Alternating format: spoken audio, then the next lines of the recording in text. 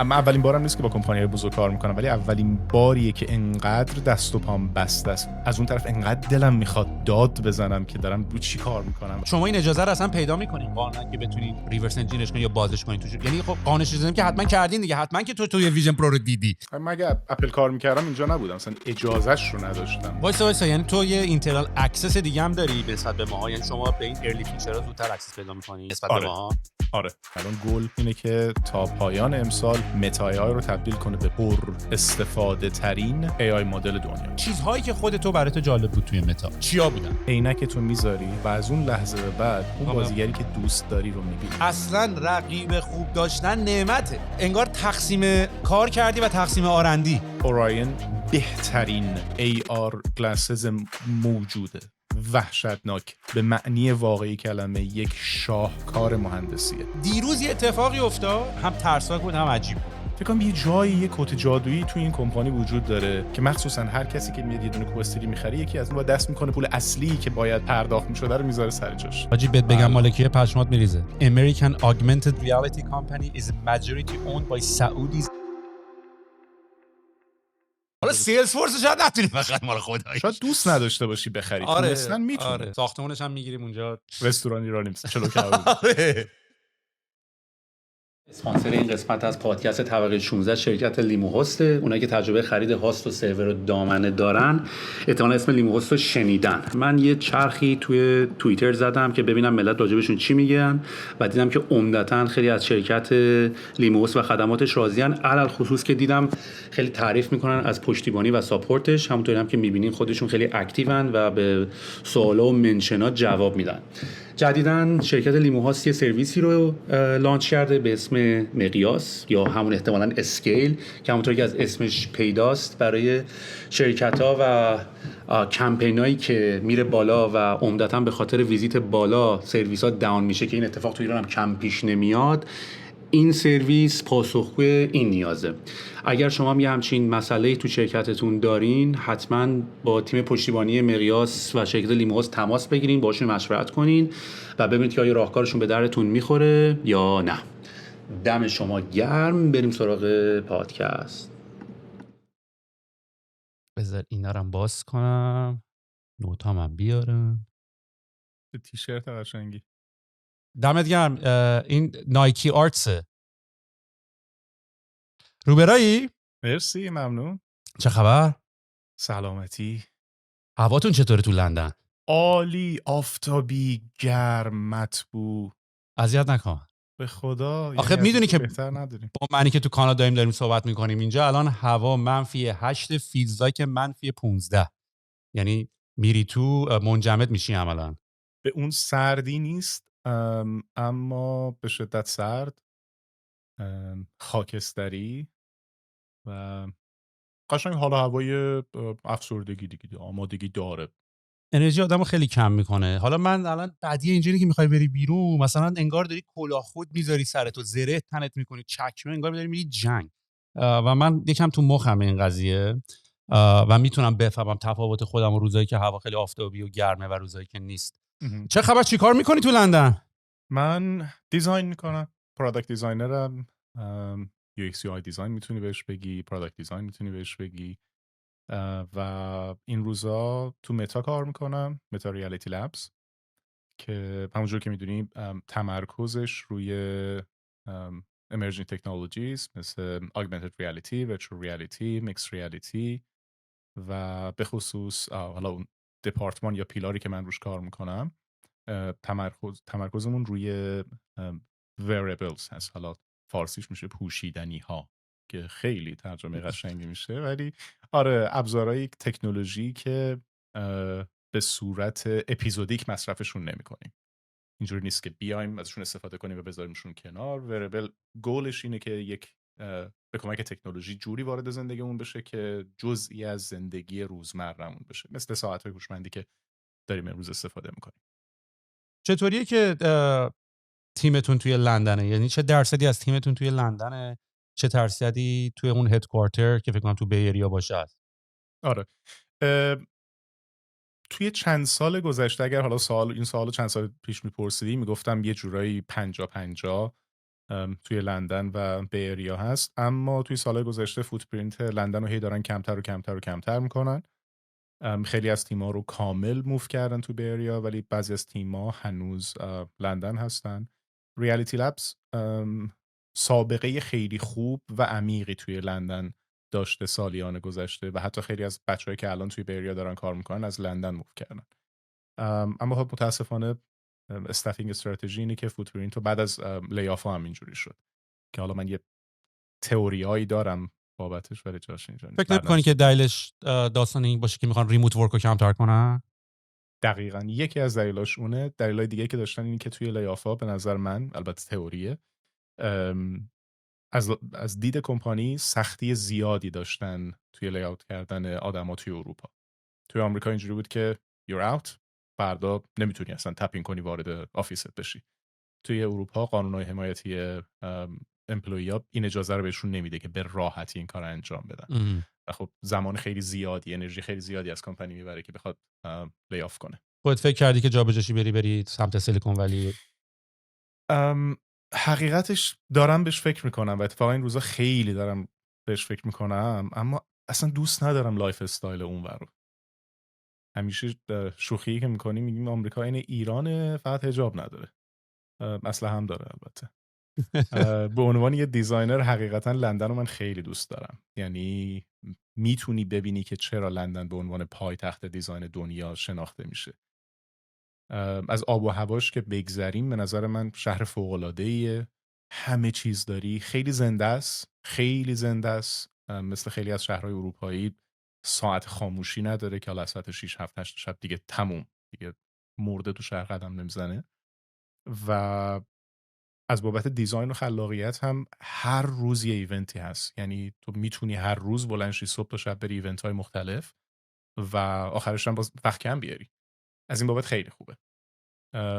جاب اپورتونیتی های خیلی خوبی هم مخصوصا توی زمینه تکنولوژی و ایمرسیو تک و مثلا این روزا ای آی هست. برای همین فعلا حالا هپی هستم. الان تقریبا 7 سالی میشه که ما اینجا زندگی میکنیم. خب آقا محمد سیار، شما توی ریالیتی لبز متا کار میکنی تو لندن و فکر میکنم یه مقداری تمام ماها که به صورت سنتی تو دنیای دیزاین بودیم بیشتر طراحی پروداکت و یوزر اینترفیس و روی این صفحه های مانیتور و حالا دیگه خیلی بری جلوتر میفتی روی اسکرین ماشینا و حتی شاید برای تلویزیون طراحی کردن. ولی دنیای XR که حالا Xش فکر میکنم هم augmented reality هم virtual reality، نمیدونم دیگه چیز دیگه هم داریم بین بغیر این دوتا؟ mixed reality. آره augmented virtuality. آره این X رو گذاشتن تنگش که دیگه تمام اینا، این خب یه چیزیه که تقریبا نسبتاً جدیده، حداقل برای اینکه کانسیومر پروداکت بشه بخوایم باهاش ور بریم. چه مسیری رو طی کردی و چه بک‌گراندی داشتی که افتادی تو این قضیه؟ یعنی تو چطوری به عنوان یه دیزاینر یعنی اپلای کردی رفتی متا، چجوری اصلا اونجا رو پیدا کردی، چطوری اینترویو شدی؟ اصلا یه مقداری برامون میگی که اصلا کلا چی کار میکنی و اصلا این وی آر هدست ها اینا چیه؟ حتما. اتفاقا سوالی که معمولا بچه‌ها ازم خیلی میپرسن. من توی دانشگاه الکترونیک خوندم، مهندسی الکترونیک خوندم و اصلا اساسا گرافیک نخوندم، ولی از همون موقع شروع کردم به کار کردن به صورت حرفه‌ای توی زمینه گرافیک دیزاین. خیلی خیلی ساده از پرینت و مارکتینگ و برندینگ دیزاین و اینجور چیزا شروع کردم و رفته رفته با توجه به فراگیر شدن تکنولوژی و نیازهایی که اون موقع توی ایران بود رفتم به سمت طراحی وب و طراحی موبایل اپلیکیشن و اینجور چیزا. توی این سالها من همیشه دنبال این بودم که یه مولتی دیسیپلینری دیزاینر باشم. نمیتونستم خودم رو محدود کنم به اینکه فقط گرافیک دیزاین انجام بده. هی توک میزدم به ساوند دیزاین، به موشن دیزاین، به ویژوال دیزاین، به اینداستریال دیزاین. میدونی یه جورایی خیلی زود حوصله‌ام سر میره. به قول شیرازی‌ها نخودچیم زود تموم میشد. من شیرازیم by the way. منم هست. عالی. پدرم شیرازیه. من بزرگ شده شیرازم. و موقعی که با وی آر آشنا شدم برمیگرده به اون موقعی که گوگل کارتبورد اومد بیرون و حالا داستانی هم داره که اصلا من چجوری اینو تجربه کردم، اگه دوست داشتی اونم برات میگم.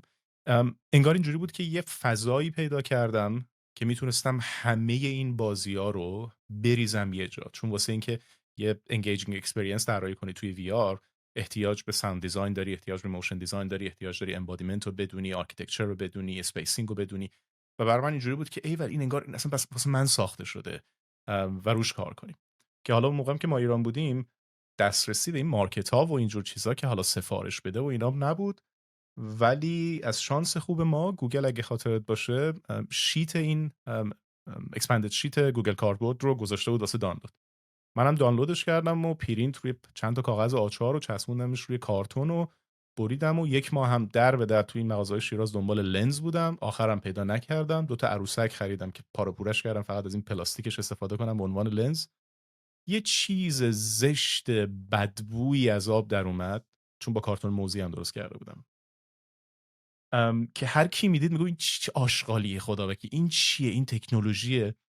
ولی واسه من این بود که این خودشه، این دیگه ته ماجراست، این دیگه بهترین اتفاقی که میتونه برای تو به عنوان یه دیزاینر بیفته. ببین تو میتونی اصلا به جای اینی که یه محدود بشی به یک مستطیل، الان میتونی یه فضای بزرگ داشته باشی که الان موقع خیلی هم دور عکسای پانوراما و 360 درجه و اینجور چیزا بود. خیلی هم سریع رفتم دنبالش که خب حالا با اون ابزارهایی که اون موقع دم دستم بود با فتوشاپ چه جوری دیزاین کنم واسه این فضا. اون موقع هیچ چیزی از نرم افزارهای سه‌بعدی و اینجور چیزا هم نمیدونستم.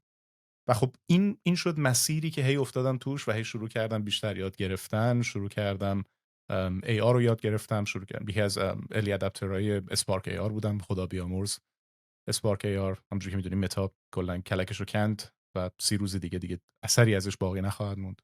لنز استودیو از اسنپ رو یه مدتی کار میکردم، شروع کردم پروژه‌های کوچیک این ور اونور کار کردن و یه جایی رسیدم که من میخوام دیگه از این کانونشنال پروداکت دیزاین بیام بیرون و تمرکزم فقط روی این باشه. برمیگرده به تقریبا 7 سال گذشته.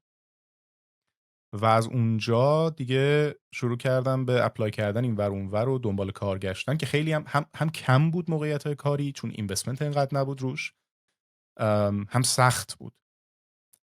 تا رسیدم به یک کمپانی که خیلی یه استارتاپ خیلی خیلی کوچیک، 8 نفر توی روسیه.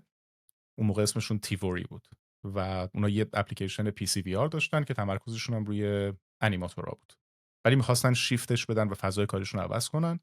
و من پیشنهاد دادم که آقا من میام 1 ماه کار میکنم با شما، تست کنیم. و شروع کردیم و اون 1 ماه تبدیل شد به 1 سال همکاری که به عنوان دیزاین لید باشون بودم و پروداکت مارکت فیت رو تعریف کردیم و نسخه اول شیپس ایکس آر که اپلیکیشنی هست که الان بچه‌هایی که توی زمینه ایکس آر فعالیت میکنن کاملا میشناسنش. یه جورایی میتونی فکر کنی فیگما منتها برای طراحی، برای اسپیشال دیزاین. و خب اون در این اینداستری رو برای من دیگه خیلی باز کرد.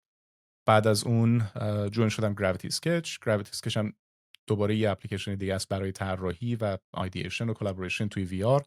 منتها مخاطب و اینداستریش خیلی متفاوته. اون هدف اصلی اونجا اینداستریال دیزاینرها هست که خب به اون واسطه ما کلاینت های داشتیم مثل پوما، مثل نایکی، مثل فولکس واگن، مثل بی ام دبلیو، مثل فورد که تیم های طراحیشون می اومدن استفاده میکردن. و خب در نظر بگیر توی فرایند نرمال طراحی تو میخوای کفش طراحی کنی، باید مدل سازی کنی و با اون فضای کار کرد مخصوصا تو دوره کرونا حالا این مدل رو چجوری برسونی به دست اون تیم میت دیگه توی یک قاره دیگه، اون چجوری اندازه بگیره. تبدیل شد به این که من طراحی میکنم، اونام جوین میشن و همه با هم داریم از زاویه های مختلف این رو میبینیم. در نظر بگیرین floating 3D مدلی که اینجا وجود داره و به شدت امپاورینگه و هنوز هم به نظر من یکی از بهترین یوز کیس های ویاره.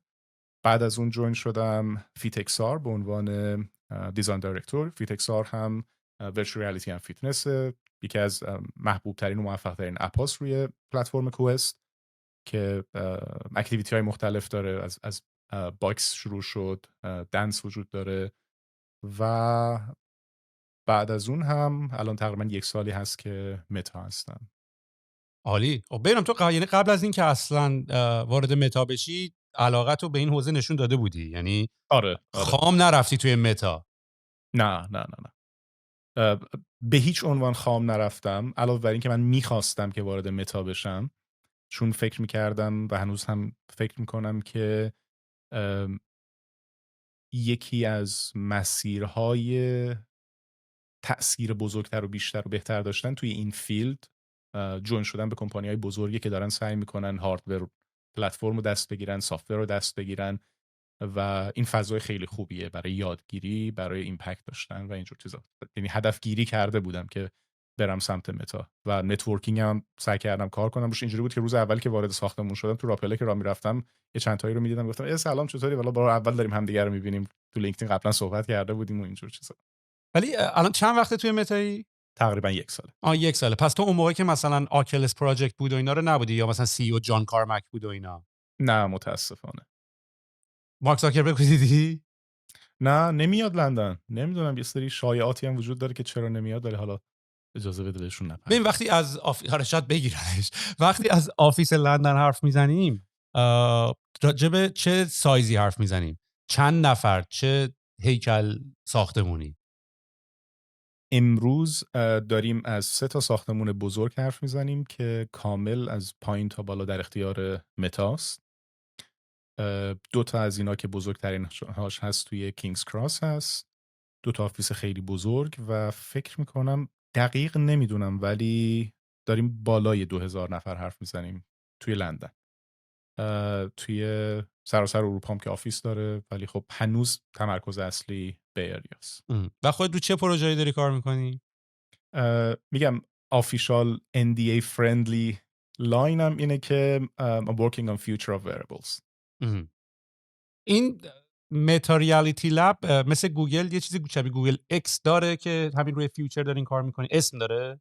دقیقاً متا ریالیتی لبز اون پیلاری از متاست که تمرکزش روی امرجینگ تکنولوژیه. الان تمام AI ادوانسمنت هایی که از متا میبینیم مثل لاما محصولات ریالیتی لبز هست. تمام هاردور کوست، ریبن متا گلاسز، هورایزن او اس، کوست پلتفرم، همه اینها محصولاتی از این پیلار هست که یکی از بزرگترین پیلارهای متا هم هست. این عینک آگمنتد ریالیتی که این اواخر معرفیش کردن، تو اونم نقش داشتی؟ آره. چجوری نقش داشتی؟ خیلی سخت میشه که یه جوری ببین، اما اولین بارم نیست که با کمپانی‌های بزرگ کار میکنم، ولی اولین باریه که انقدر دست و پام بسته است. از اون طرف انقدر دلم میخواد داد بزنم که دارم رو چی کار میکنم و هیجان دارم که خیلی خیلی کانفلیکت بزرگیه واسم. توی استارتاپ که کار میکنی که اصلا جزء وظایف روزانه‌ت اینه که راجعش حرف بزنی و ادوکیتش کنی و اینقدر بزرگش کنی که بتونی تو اینوستمنت بهت کمک کنه، ولی توی این کمپانی‌های بزرگ خیلی سخت میشه. میتونم بگم که من توی دیولپمنت پلتفرم اوراین یه نقش کوچیکی رو داشتم. ببین این داستان آگمنتد ریالیتی و ویرچوال ریالیتی و اینا، خب در این که آینده داشت میرفت به سمتش درش شکی نبود. فیلمایی مثل ردی پلیر وان به تصویر کشیده بود آینده رو برامون. اصلا کلا یکی از کارهای کارگردان هم همینه دیگه. کار کارگردان لزوما خیلی فیلم ساختن جزئی از کارشونه، ولی کار اصلیشون به تصویر کشیدن آینده است. بعضی از کارگردانایی که این کارو میکنن مثلا کریستوفر نولان خب مثلا خیلی دوست داره کانسپت‌های خیلی های لول و خیلی ساینتیفیک و به تصویر برات بکشه. مثلا با اوپنهایمر اومد به تصویر کشید برات که مثلا چطوری کار میکنه. من اتفاقا داشتم با برایان کاکس دیشب نگاه میکردم که خیلی مصاحبه جالبی بود، به خاطر اینکه یه مصاحبه خیلی تیپیکال نبود. یعنی داشت مثلا خیلی ساینتیفیک داشتن راجع به اینکه اتم ها چطوری از هم دیگه جدا میشن، چین ریاکشن چطوری اتفاق میفته و اینا رو تونسته بود مثلا به تصویر بکشه. تو اینترستلار مثلا بلک هول و اینا رو اومده بود برای یک جامعه معمولی تری که حالا به این تاپیکا خیلی دیپ نرفتن توش، اینا رو مثلا به تصویر کشیده بود که حتی از نظر علمی هم خیلی وسواس به خرج داده بودن که این تصاویر درست در بیاد. یا مثلا ردی پلیر وان که ایتیرم ساخته بود، مثلا تونسته بودن که مثلا به تصویر بکشن که آینده چطوریه. اینی که یه سری فضایی رو داشتشون میداد که همه ویرچوال ریالیتی گذاشتن و رفتن توی دنیای بازی و گیم دیگه. یا حتی مثلا جیمز کامرون آواتار که یک نوع دیگه ای از آواتار که من وقتی داشتم این معرفی این رباتای تسلا رو میدیدم که یه دمویی گذاشته بودن که با آدما حرف میزد و ربات شده بود بارتندر و اینا. ولی خب یکی از آرگومنت ها این بود که انقدر این آدما سری صحبت میکردن و سری ریاکشن نشون میدادن که اینا کاملا ریموت کنترل، یعنی توسط انسان این ربات‌ها داره فعلا کنترل میشه، ولی خب در آینده تا بتونن فولی اتونومس بشن و خودشون اکت بکنن و اینا. ولی هر کارگردانی به نحوی یه جوری آینده رو برای ما به تصویر کشیده که میتونه چطوری باشه. VR و AR یه ریز نمونه دو به شکیم هنوز که قیافش یه عینک گنده با اون هیکل رو چشته، که البته با همین پروژه متا، این اوریون اسمش چیه؟ اوراین، که مثلا تو داری فکر میکنی که مثلا آیا، یعنی من یه مقداری برام جالب بود تونستن برسوننش به یه همچین فرم فاکتوری که انقدر سایزش کوچیک شده اومده رو چشات، واقعا شاید خیلی نتونی از دور بگی که این مثلا یه عینک معمولی نیست و یوز کیس های خیلی جذاب و جالبی هم داشت و واقعا به نظر من شرط بندی یا بت مارک زاکربرگ که کاملا با پولی که از فیسبوک در آورد رفت آلین کرد روی این سهم، که حتی دیگه برای خب شرکت‌های مثل اپل و اینا خب خیلی سخته که کچاپ بکنن با این قضیه، به خاطر اینکه اونا یه دپارتمان کوچیکی دارن که داره نسبتاً کوچیک، یعنی که روی این داره کار میکنه نسبت به یک کمپانی که کاملا تمام انرژی. اول اصلا آیا واقعا متا تمام انرژیشو گذاشته روی این ریالیتی و این ویچوال هدست و اینا؟ یعنی پروژه‌ای مثل اینستاگرام، واتساپ، چون با توجه به روندی که از دیولپمنت اپلیکیشن واتساپ اصلا تغییر نمیکنه حاجی، یعنی دست بهش نمیزنن اون تیم چیکار داره میکنه. فوکس اینا چطوریه؟ ببین متا عجیب غریب گنده است، یعنی یه جاهایی من فکر کنم واقعا زیادی گنده است. تمام تمرکز روی ریالیتی لبز نیست، نه به هیچ عنوان، و هر کدوم از اون محصولاتی که بیرون میبینی تیم ها و دپارتمان های فوکس روی خودشون دارن و اتفاقا خیلی هم دارن کار میکنن.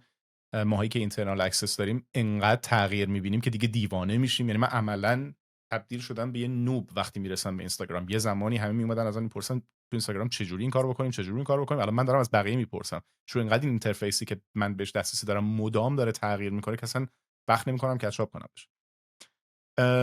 وایسا یعنی تو یه اینترنال اکسس دیگه هم داری نسبت به ماها؟ یعنی شما به این ارلی فیچرها زودتر اکسس پیدا می‌کنی نسبت به ماها؟ آره، تا بعضی وقتا حتی میتونی ببینی 1 سال زودتر از پابلیک. یعنی یه حالت اینترنال تستینگ هم هست و شما فیدبک هم میدین؟ یعنی ازتون میخواد فیدبک بدین یا مرامی حالا شما چون جزء تیم؟ نه این یکی از مهمترین کالچرهای فیسبوکه. داگ فودینگ یکی از اساسی ترین کالچرهای فیسبوک، یعنی همه ازت انتظار دارن، همه جا ادوکیت میشه، هر دیواری که میری یه پوستر میبینی که داره تو رو دعوت میکنه. تیما میجنگن برای اینکه فیدبک بیشتری بگیرن، برای که آدینس بیشتری بگیرن، بودجه دارن که مرچ درست کنن، نمیدونم استیکر درست کنن، گیف درست کنن، ماگ درست بکنن که همیشه رو میز آدما باشن، بهشون یادآوری کنن که آقا محصول ما رو داگ فود کنید، تست کنید، فیدبک بدید. گروپ های مختلف وجود داره و این اصلا یکی از اساسی ترین اتفاقهایی که توی متا داره میفته.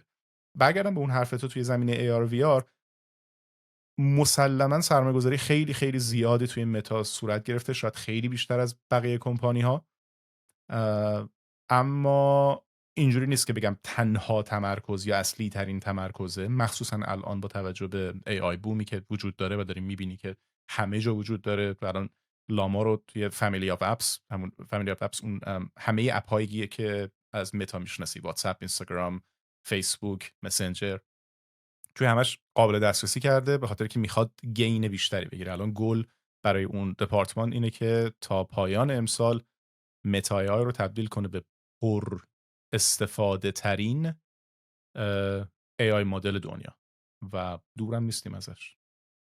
اینو بر اساس نتورکش میگه که مثلا حالا کردتش تو اینستاگرام، اکسس داری از واتساپ. اینم خیلی داستان جالبیه. یعنی این داستان این که این مونوپولی ایجاد میشه بعضی موقع که هر کی مثلا ایلان ماسک با گراک مثلا چون اکسس به توییتر داده یهو آلردی اکسس داره به یه جامعه خیلی بزرگ چند میلیون نفری، خیلی راحت‌تر مثلا بگی یه کمپانی خیلی کوچولو داره شروع میکنه بخواد یه همچین قدرت و اکسسی داشته باشه. گرچه من دیروز اومدم 1 ثانیه با چت جی پی تی کار کنم، زد یهو کار نمیکنه و یه چند دقیقه بعد صبر کنه اینا. گفتم چیکار کنیم چیکار نکنیم، رفتم رو لاما، رفتم رو متا داتا یاد. یه سوالو از اون پرسیدم، بعد 5 دقیقه بعد دوباره اکسس هم به چت جی پی تی باز شد، همون سوالا رو کپی کردم اونور پیست کردم نگاه کردم. خیلی به نظر من چت جی پی تی ترین تر شده است برای صحبت کردن با انسان نسبت به مثلا در این حد بود که متا داتا ای جواب منو خیلی خشک و خالی پاچید تو صورتم، مثلا گفت یه اسم دارویی رو سرچ کردم گفتم این برای چی و چیکار میکنه و اینا، مثلا در این حد 3 خط نوشت مثلا که این اینطوریه.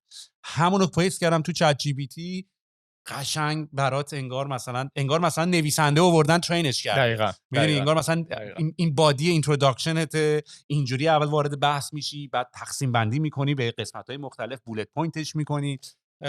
یه مقداری اونو قوی تر دیدمش. ولی راستشو بخوای یوز کیس جذابی من خودم هنوز شخصا با اکسس به داشتنش توی واتساپ و توی اینستاگرام پیدا نکردم، مگر اینکه بخوای باهاش صحبت کنی. برای مامزنددزا و اینا خیلی خوبه، یعنی مثلا کسی که نمیدونه اصلا داره با این کار میکنه، یعنی کسی که مثلا بره حالا اینقدر سافیستیکیتد باشه که بره chatgpt.com یا اپشو باز کنه، یه چیز فوق العاده دم دستیه و احتمالاً این دم دستیه خیلی خیلی خیلی باعث رشد سریعشون میشه دیگه. آره با حرفت کاملا موافقم. تو زمینه مقایسه ورژن پابلیک چت جی پی تی با ورژن پابلیک ارق داری بهش پس؟ نه ارق بهش ندارم. حالا دلیلم هم بهت میگم که چرا اینجوری دارم بهش فکر کنم. قبول دارم و خود من هم توی استفاده شخصی و روی دیوایس های شخصی از چت جی پی تی بیشتر از لاما استفاده میکنم. اگه برگردیم من این دوتا رو همیشه اینجوری مقایسه میکنم که سیری معروف به احمق بودن و از اون ور الکسا معروف به این که باهوشه، میفهمتت، حرفتو گوش میده و خیلی وقتا اونجایی که نمیخوای هم داره گوش میده. برمیگرده به اینکه این دوتا چجوری ترین شدن. سیری توی فضای خیلی محدودتر و امن‌تری ترین شده و به همین دلیل خیلی احمقه، خیلی دامه. اما الکسا از صبح تا شب داره گوش میده، به همین دلیل ترینینگ مدلش خیلی قوی تره و خب ریسپاندهای بهتری هم میده.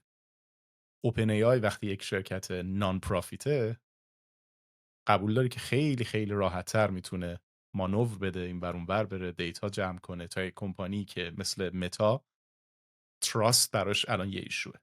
دقیقاً خیلی باید موافقم، راست میگی. من فکر میکنم مونده تا برنده اصلی بازی رو ببینیم. کاملا موافقم. یعنی مثلا من فکر میکنم حالا هم انتروپیک تو بازیه، هم اوپن ای آی تو بازیه، خیلی کمپانی‌های دیگه هستن، خود انویدیا الان خودش داره تبدیل میشه به رقیبی برای این قضیه، داره لنگویج مدل خودش رو میده. گوگل، اپل معلوم نیست کی میخواد کارتش رو کنه. یعنی تیپیکال اپله که انقدر وای میسه ببینه بقیه چی کار میکنن و اصلا وای میسه بقیه آرندی کنن. میدونی وای میسه ببینه بقیه کی چه یوز کیس باحالی پیدا میکنه، بهترین یوز کیس. به نظر من اتفاقا این کاری که با چت جی پی تی کردن که از اکستنشن و به عنوان یه ترد پارتی آوردنش کار اسمارتیه تا اینکه بخوام بکننش توی اپ فعلا. ولی خب یکم هم در اینم شکی نیست که یکم بازی رو از دست داد. یعنی درسته که تیپیکال اپل که وایساده، میدونی، البته خب اونا هم جاشون خوبه ها. یعنی من اپل رو با انویدیا مقایسه میکنم، یعنی به خاطر اینکه خودشون چیپ میکرن و خیلی سال پیش ماشین لرنینگ رو شروع کردن آن دیوایس انجام دادن و این داستان پرایوسی هم که واقعا به نظرم از نظر خودت هم ایشو خیلی بزرگی میشه که نخواهید اینا رو بفرستی رو سرور ساید. یعنی اصلا دلیلی هم که چت جی پی تی اکستنشنش کردن به خاطر این بود که اپل داره میگه آقا من تمام اطلاعات تو رو آن دیوایس نگه می‌دارم، روی دیوایس با هیچ کس هیچ جا شیر نمی‌کنم مگر این خودت اجازه بدی، اونم میفرستم چت جی پی تی. اونم چت جی پی تی، من نبودم، چت جی پی تی بود. دقیقاً همین. حالا نمیدونم بتا تستینگش هم انجام داده یا نه. نه اپل اینتلیجنس رو من چنان تو چشمت میکنه و هر بار که میخوای این سوالو بفرستی برای چت جی پی تی بهت نشون میده که یه جورایی خودت میگه آقا غلط کردم، نمیخوام بخیال، با همون حماقت سیری میسازم. برای من راحت تره که چت جی پی تی رو باز کنم، از اول کانورسیشنمو با چت جی پی تی داشته باشم تا اینکه از طریق سیری این کارو انجام بدم، چون هر دفعه تو رو مجبور میکنه به کانفرمیشن روی موبایلت.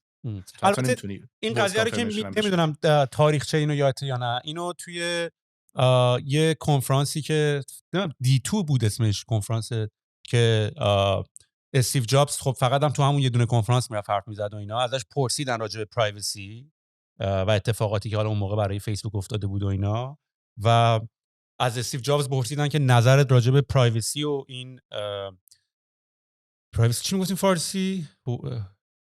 خداوندا بذار من بگم پرایوسی به فارسی حریم شخصی خصوصی. آره حریم خصوصی.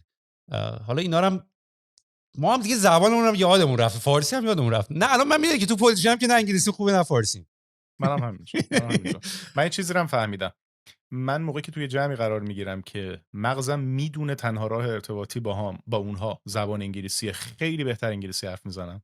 موقعی که توی جمعی قرار میگیرم که میدونم هیچ انگلیسی نمیدونن، خیلی خوب فارسی حرف میزنم. موقعی که مقابل آدمای قرار میگیرم مثل تو که میدونم هر دوتاشو بلدن، هیچ کدومشو درست حرف نمیزنم. آره منم همین اتفاق مغزم برام مدام داره سویچ میکنه، اینو بگو اونو بگو، اینو بگو اونو بگو، اینو بگو اونو بگو، آخرش هم هیچ کدوم رو نمیگه. آره یعنی الان این طول کشید تا حریم شخصی مثلا پیدا کنی، سرچ کنی توی مغز این کلمه حریم شخصی بیاد.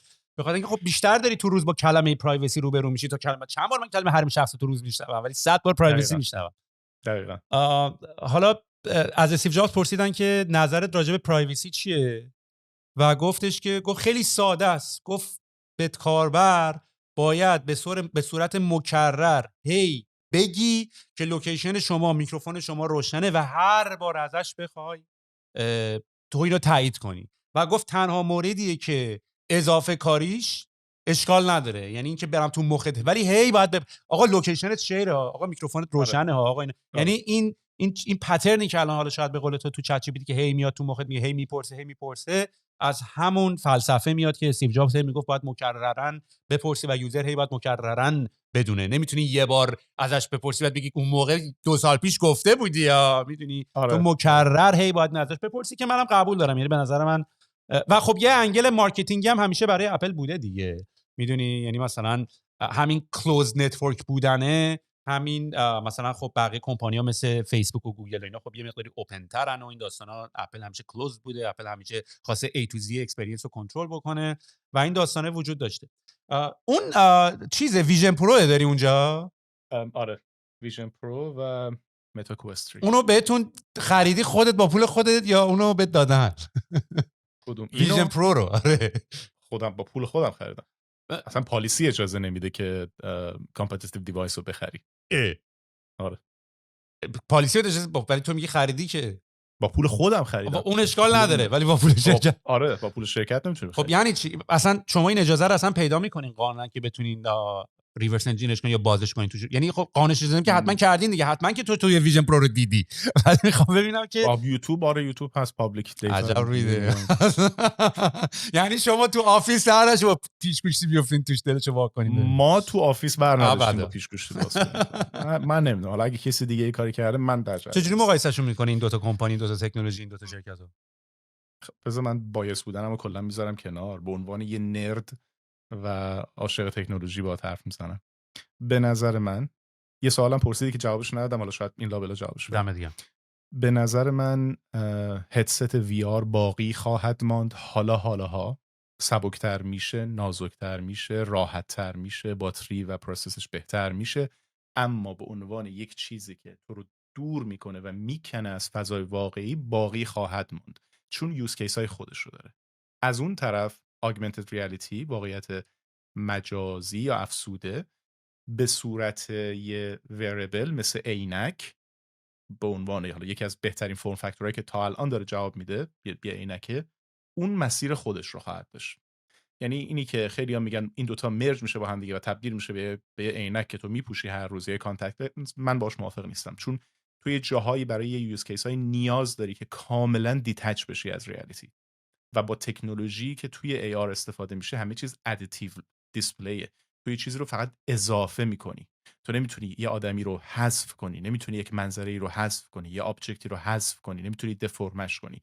فقط میتونی یه جورایی بزکش کنی، یه جورایی میتونی بهش اضافه بکنی. کامل نمیتونی تغییرش بدی تو augmented reality. توی زمینه AR اوراین بهترین AR گلاسز موجوده، وحشتناک. و میدونی که قرار بود اوراین یه کانسومر پروداکت باشه، پلن این بود که پابلیکلی اویلیبل باشه و همه بتونن بخرنش، اما هزینه تولید به شدت بالا بود و تصمیم این بود که نه، نگرش داریم به عنوان یه دف کیت، یه اینترنال پروتوتایپ. با این وجود به شدت سافیستیکیتده. تو وقتی میشنوی که اینترنال دیولپر کیت یا پروتوتایپ، فکر میکنی حالا یه چیزی یه بوی چسب میده، همینجوری چسبوندنش به هم دیگه، اکسپریانس ها خوب نیست، باگیه، نمیدونم. اصلا اینجوری نیست. به معنی واقعی کلمه یک شاهکار مهندسیه. یک شاهکار طراحی محصوله و فوق العاده است. من خیلی خیلی خوشحالم که این تصمیم با این مدل با اسپلیتد کامپیوتیشن گرفته شده. موقعی که ویژن پرو اومد، آره خب دیگه بالاخره مارکتینگ هم وجود داره دیگه. توی متا شروع کردیم گفتیم که با چه زشت و یه کابل هم بهش آویزونه و یه باتری هم باید بذاری تو جیبت، ها ها ها ها. اول که من خیلی خوشحالم که اپل این تصمیم رو گرفت، چون وقتی اپل این تصمیم رو میگیره داره یه جورایی اپرووال میده به بقیه که آقا ایتس اوکی، خبری نیست. حالا تا اون جایی که برسیم که باتری رو اینقدر سبک کنیم که همه چیز رو توی یه قالب جا بدیم، بذاریمش بیرون. و من خیلی خوشحالم که این کارو کردن. توی اوراین اتفاقی که افتاد، ما این کامپیوتیشن پاکو داریم. اوراین یه کانستلیشن 3، 3 تا دیوایس وجود داره. یه عینک داری، یه مچبند داری و یه دونه پاک داری که شبیه یه موبایل در نظر بگیر ولی دیسپلی نداره. بخش زیادی از پروسسینگ روی اون پاک اتفاق میفته و به صورت دایرکت وای فای با عینک ارتباط داره و اون ریست بنده هم که به نظر من بهترین اتفاق برای تکنولوژی میتونه باشه، به صورت برای اینپوتته. یعنی تو بدون اون هم میتونی اینتراکت داشته باشی. هند ترکینگ وجود داره، آی ترکینگ وجود داره، اما اون جسچر آندرستندینگ داره. من باش کار کردم سویل و وقتی باش کار میکنی به این فکر میکنی که این چرا الان اویلیبل نیست، چرا من نمیتونم تلویزیونمو با این کنترل کنم. بارها شده من نشستم رو تلویزیون و ریموت دستم نیست و دلم میخواد اینجوری پینچ کنم تو هوا و اینو پاز کنم، اینو استاپ کنم و دارم هم یه زورایی میزنم که حالا برای خودم به عنوان مثلا پرسونال پراجکت یه راهی پیدا کنم، یه چیزایی رو دارم اکسپریمنت میکنم. ولی چند سال دیگه این میاد و اصلا تغییر میده رابطه ما رو با تکنولوژی، اینتراکشن ما رو با تکنولوژی. و این یکی از چیزایی که من خیلی دوست دارم در مورد AR و VR.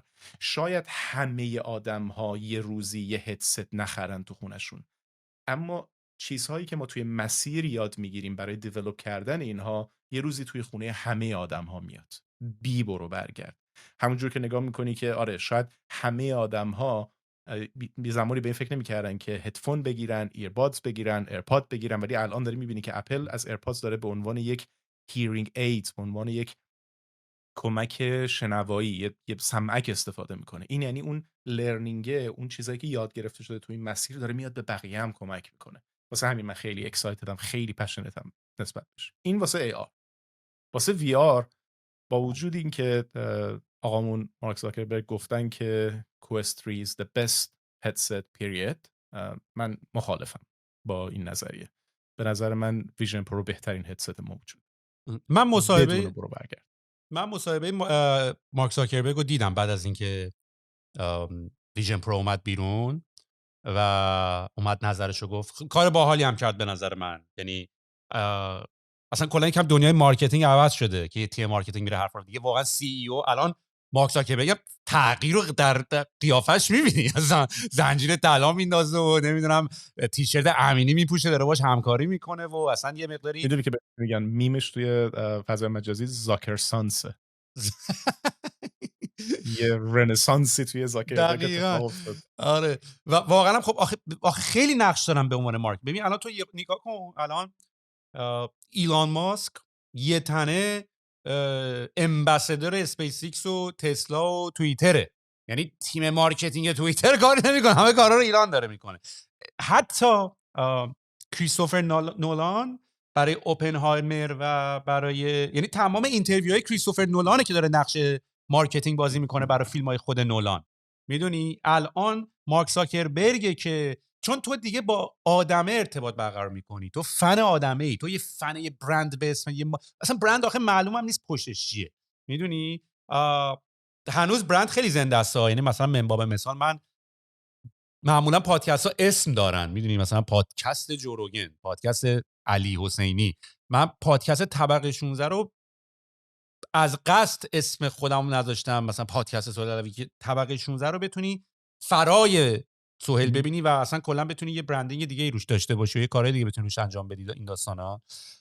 ولی خب خیلی نقش بزرگ و باحالی دارن. ولی من اون مصاحبه رو دیدم، به نظر من حرفایی که زد منطقی اومد. یعنی آرگومنتش اینطور. خب به هر حال ویژن پرو رزولوشن اسکرینت خیلی بالاتره و خب کیفیتی که میذاری اصلا خب عشق میکنی. یعنی تو همون اول اصلا اون رزولوشن رو میبینی دیگه نگاه نمیکنی ببینی دیگه فیچرهای دیگه چیه.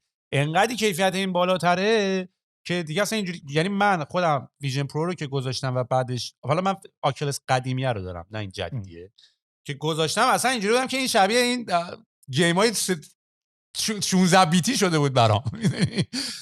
ولی خب مصاحبه مارک زاکربرگ برای من یکم میک سنس کرد، یعنی مثلا اینطوری بود که واقف بود بر این که مثلا رزولوشن مثلا اسکرینش خیلی بالاتره و این داستانا، ولی گفت خب آقا یه سری ترید آف داره دیگه، یه کارایی رو باید بکنی، یه کارایی رو نباید بکنی دیگه. حالا مثلا عمر باتریت شاید کمتر بشه حالا فعلا تو این مرحله، نمیدونم شاید مثلا برای یه کسی که یوز کیس کانسیومر رو انتخاب کرده و مثلا میخواید داره تبلیغ میکنید روی فیلم‌های دیزنی میخواید نگاه بکنی، خب خیلی مهم‌تره این کیفیت تا اینکه مثلا ما داریم شاید یه یوتیلیتی دیوایس داریم میسازیم که شاید رزولوشن اونقدر توش بخواد نقش نداشته باشه.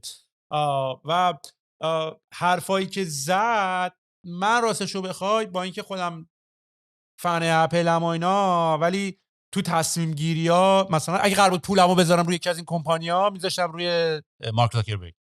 کاملا باید موافقم. نکاتی که گفتی کاملا درسته. با تنها تکه‌ای از مصاحبهش که من مخالفت میکنم اینی که به عنوان نظر شخصی من اینی که این بهترین هدست نیست. اگه یه نفر الان از این در بیاد تو و بگه من میخوام یه وی آر هدست بگیرم، من میگم قطعا کوست بگیر. اصلا به گزینه دیگه ای هم فکر نکن. من هنوز موندم، یعنی فکر میکنم همه توی متا هنوز موندن که ما چجوری تونستیم یک همچین هدستی رو با این اسپک با این قیمت تولید کنیم. یعنی من فکر کنم یه جایی کت جادویی رو یادت میاد؟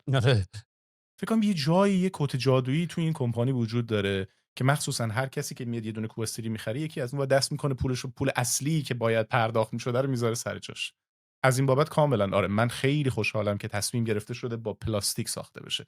خب ببین پروتوتایپ های خیلی زیادی توی کمپانی وجود داره و این اتفاقا یکی از اون تکایی که کار کردن توی متا رو برای من جذاب میکنه. هر کی این روزا ازم میپرسه که چطوری حالت خوبه و فلانی حرفا، به انگلیسی جوابشون قاعدتا میدم ولی فارسیش همچین چیزی میشه که چرا بد باشم، خیلی خوش میگذره. من یعنی یه پسر بچم توی اسباب بازی فروشی هم دور و برم پر پروتوتایپ ها و تکنولوژیایی که ممکنه 2 سال دیگه 3 سال دیگه بیاد بیرون، ممکنه هم نیاد تبدیل به خاطره بشه.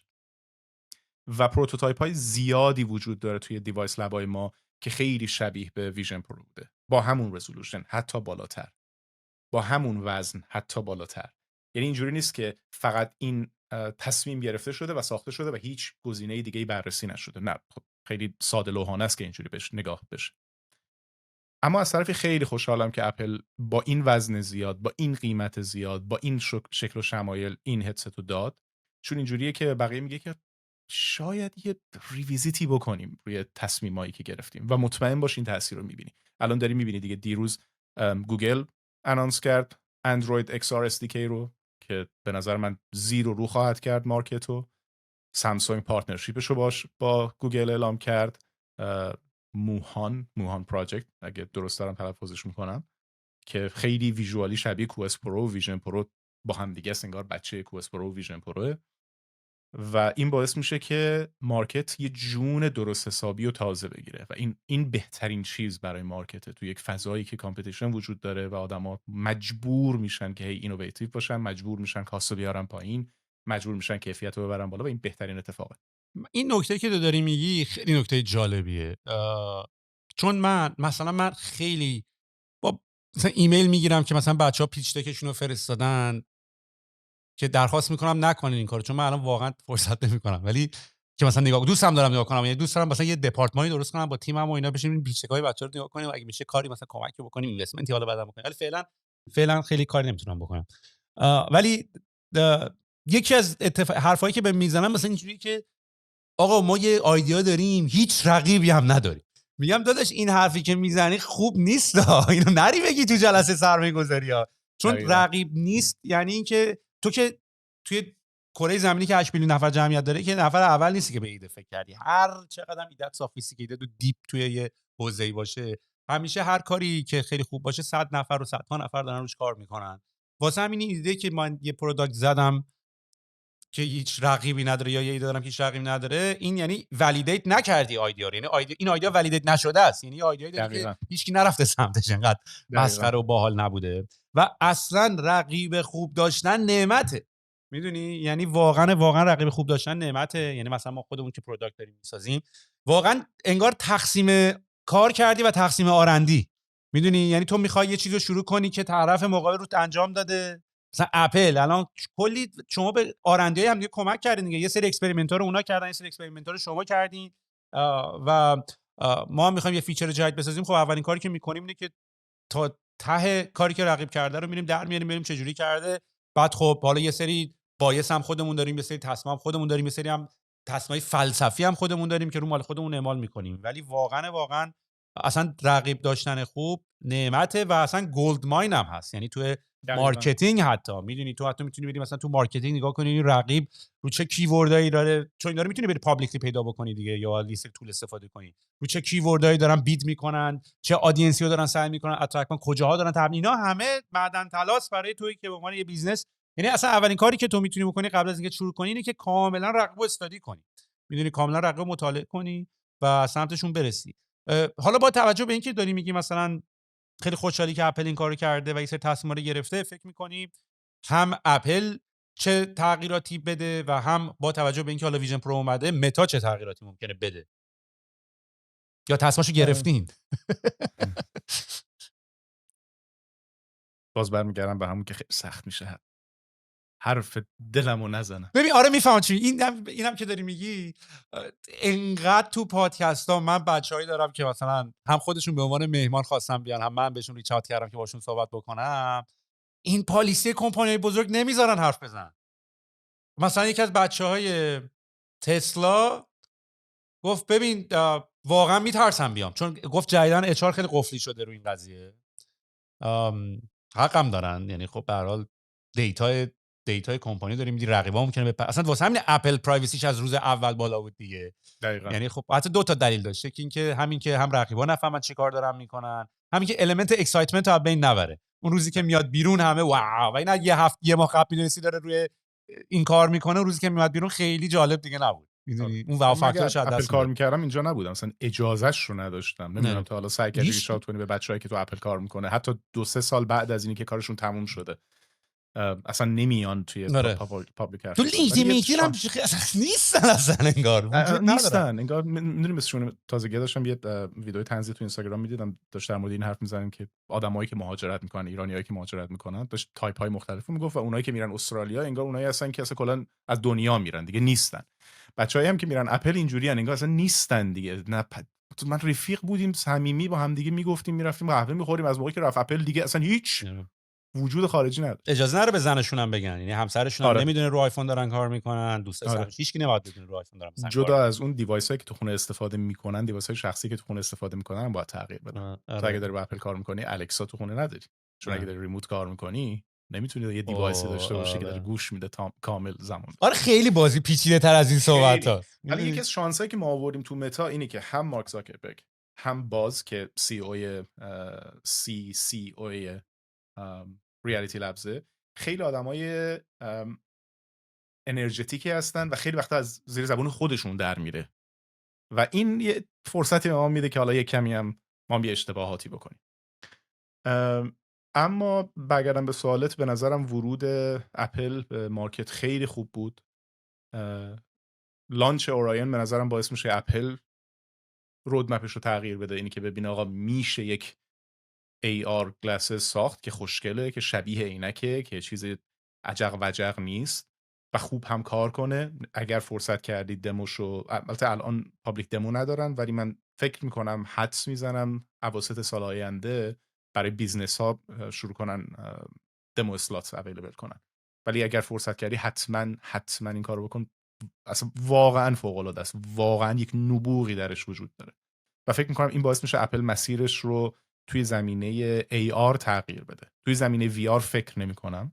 فکر می‌کنم اپل توی زمینه VR مسیر خودش رو پیش خواهد رفت که اگر برگردی به آیفون و آیپد نگاه بکنی اینه که یک اتفاق بزرگی رو شروع کنی و بعد رفته رفته اینکریمنتال چنج داشته باشی، هی بهبودش بدی، هی وزنش رو سبک‌تر کنی، یه ورژنی رو بزنی که یه مقدار فیچرها رو نداشته باشه.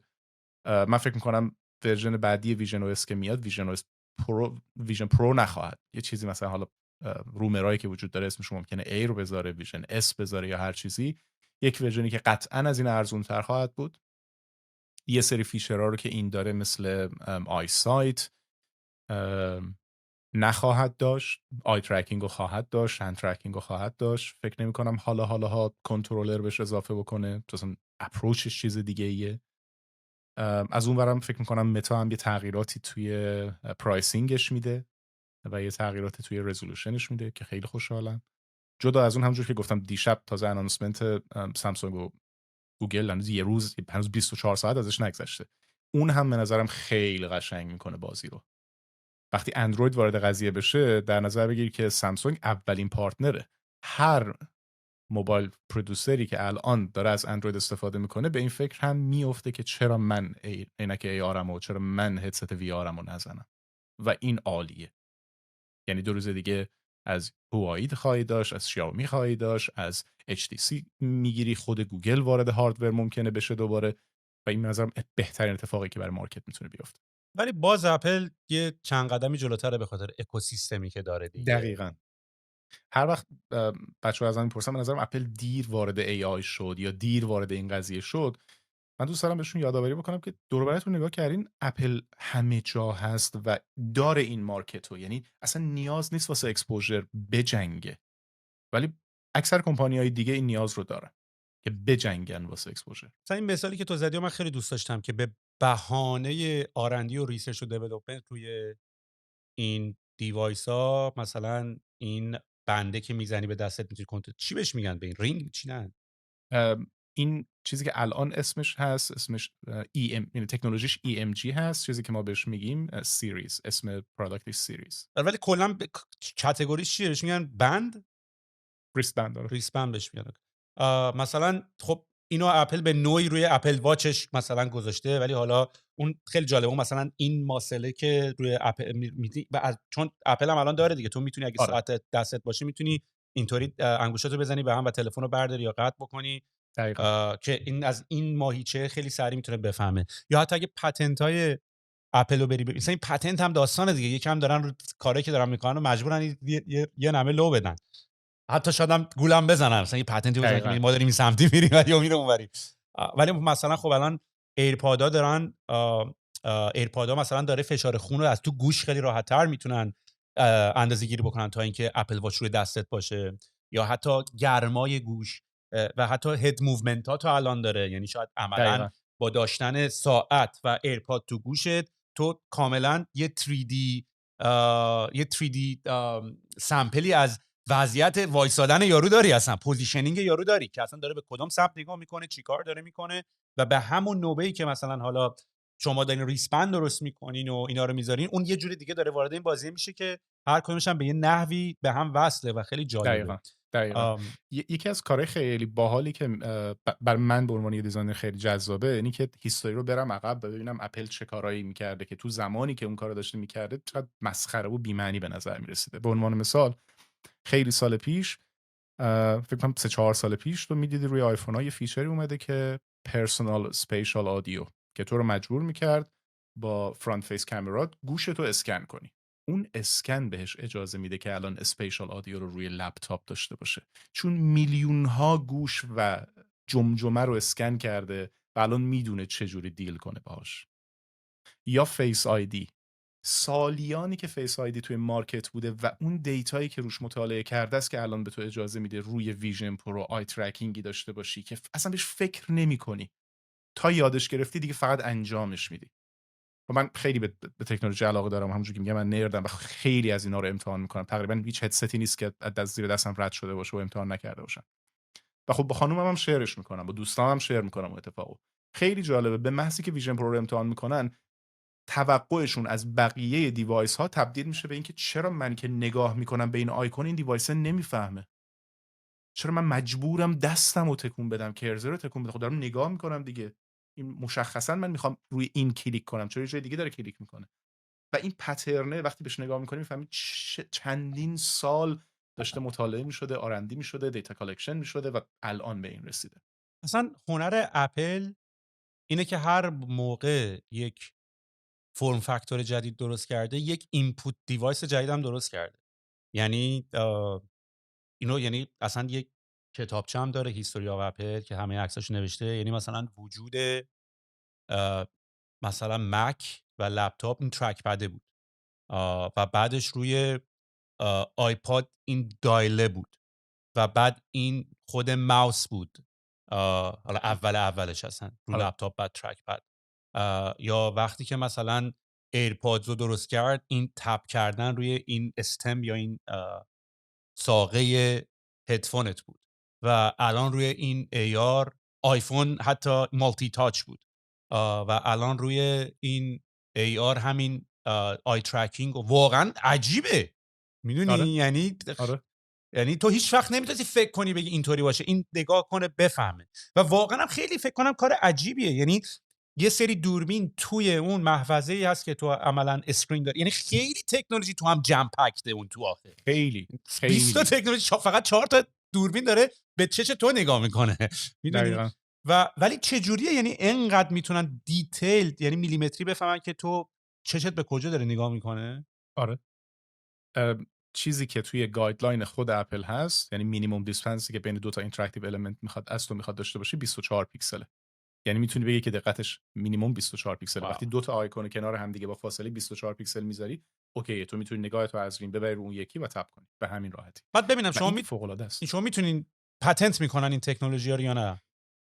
خیلی این قضیه پتنت پیچیده است. یعنی ما ورکشاپ های مختلف برامون میذارن که و توصیه اول آخرشون اینه که اصلا نرید این پتنت ها رو بخونید، چون بعداً سرچ شما در مورد پتنت های یک کمپانی دیگه ممکنه تو دادگاه علیه این کمپانی استفاده بشه. بگن که این سورسی بوده که رفتی و شروع کردی پتنت رو بخونی و هدف این بوده که اون پتنت رو برداری بشکنی یا راه دروش رو پیدا کنی یا چیزای اینجوری. خیلی قضیه پیچیده است. یعنی ما تمام سعیمون رو میکنیم که اصلا پتنت ها رو مطالعه نکنیم.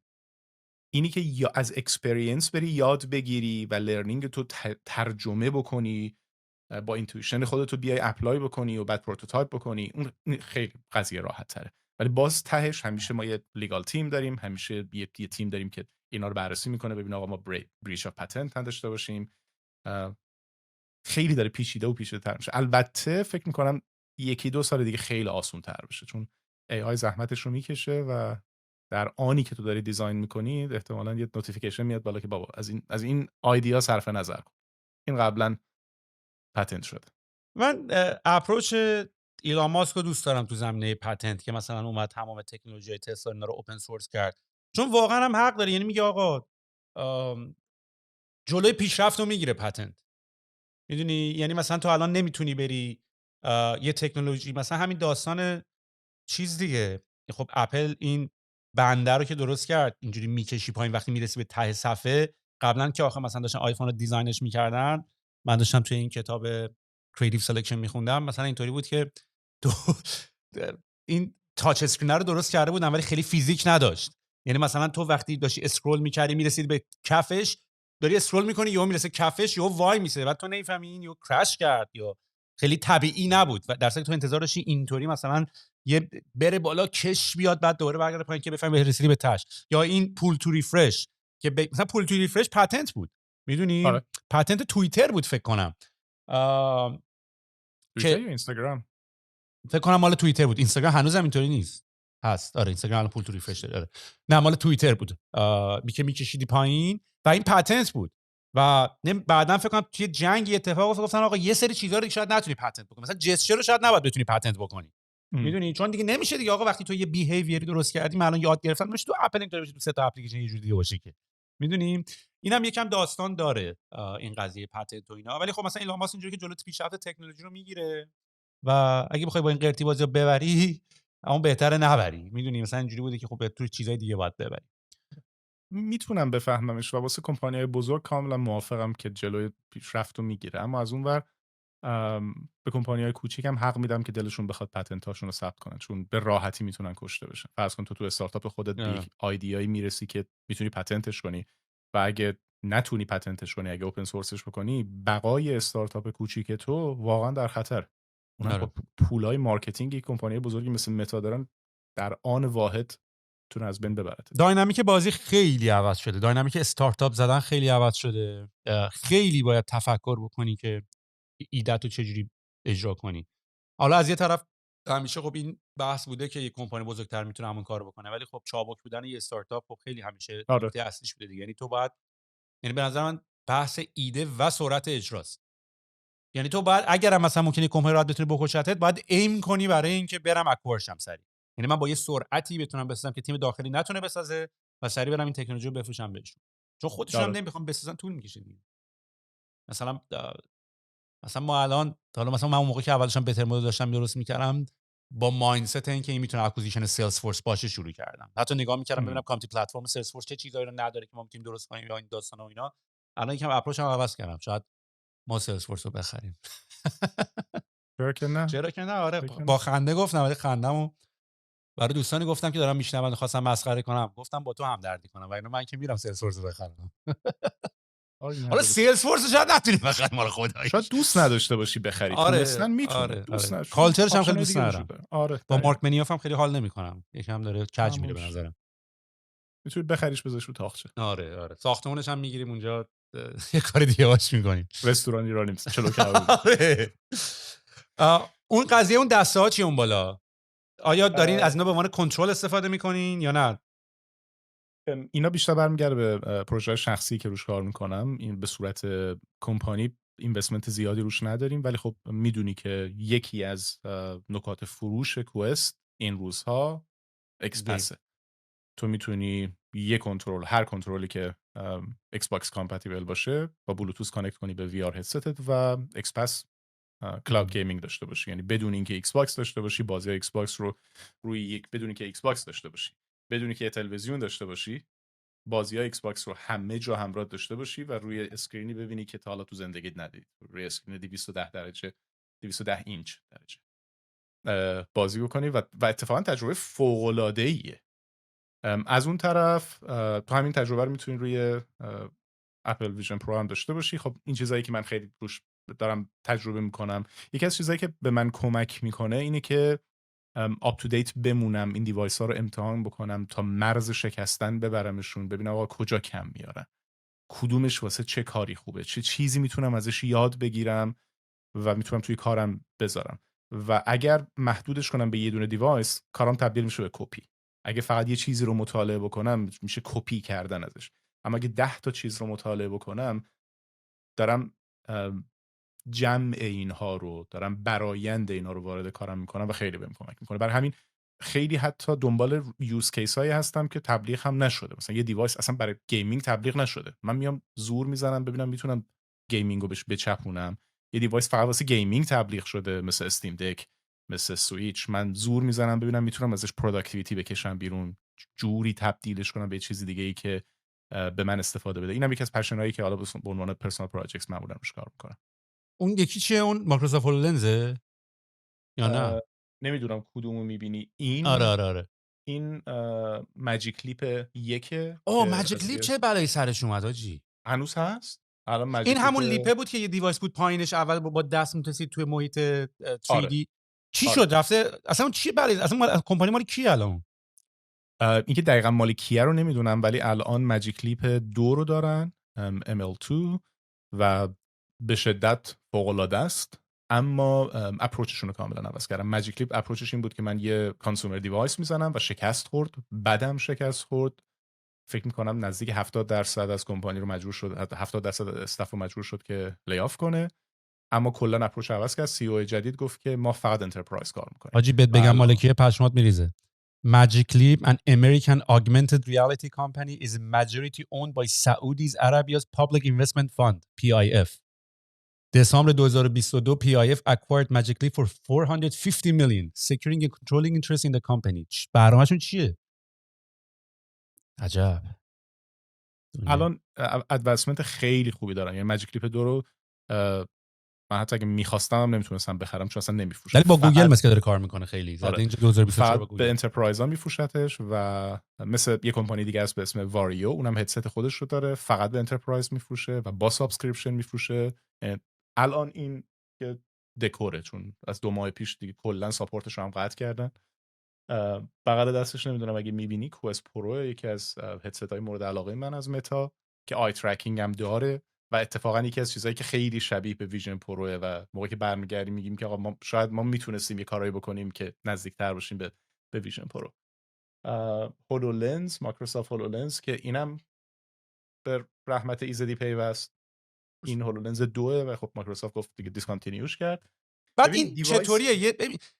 آیا دور از ذهن است که بگیم گوگل گلاس خیلی پایونیر بود تو این قضیه و این تکنولوژی داشت شروع نه میکرد و خیلی اهد آف تایم خودش بود؟ خیلی اهد اف تایم خودش بود. گوگل گلاس به نظر من به تنها دلیلی که شکست خورد این بود که پرایوسی رو دست کم گرفته بود. اما به خاطر اینکه نمیگفت داره ریکورد میشه و اینا، دقیقاً. سر این مگه کشته شد؟ آره دقیقاً سر این کشته شد که آقا این کریپی بازی ها چیه؟ تو چرا مردم رو داری به یک ابزاری مجهز میکنی که هر کاری دلشون بخواد بکنن از پرایوسی من؟ دقیقاً تو اوج شروع صحبت پابلیک در مورد پرایوسی بود که آقا من میخوام حریم شخصیمو داشته باشم، من باید بتونم به بقیه اجازه بدم از من عکس بگیرن یا نگیرن. گوگل به نظر من واقعاً پایونیر بود تو این زمینه، منتها رانگ تایم بود. این هم داستانی شده ها. یعنی خیلی از این کمپانی الک مثلا، خب مثلا میدونی که مایکروسافت هم آرگومنتش سر این که موبایل او اس از دست داد اینه که آقا ما رو کردین انقدر کمپانی ما رو بردین زیر لاسوت برای همین داستان مونوپولی کردن و پرایوسی و نمیدونم ویندوز رو باید دیکاپل بکنیم و این داستانا که ما اصلا موبایل او اس رو از دست دادیم. میدونی یعنی اصلا آرگومنت بیل گیتس اینه، یکی از بزرگترین پشیمانی های بیل گیتس، نه بزرگترین پشیمانی میگن، آره یکی آره از بزرگترین پشیمانی بیل گیتس همینه. و اگر همین دلیلش باشه که مثلا باعث شده که یه چیزی مثل ایناست که برای وید افتاده بودن زندان الان ولی دیگه آزاد شده، اینجوری که یا الکی واسه این همه سال رفته زندان ولی الان آزاد شده. دقیقاً. ببین من تا فردا صبح میتونم راجع به تکنولوژی اینا با حرف بزنم.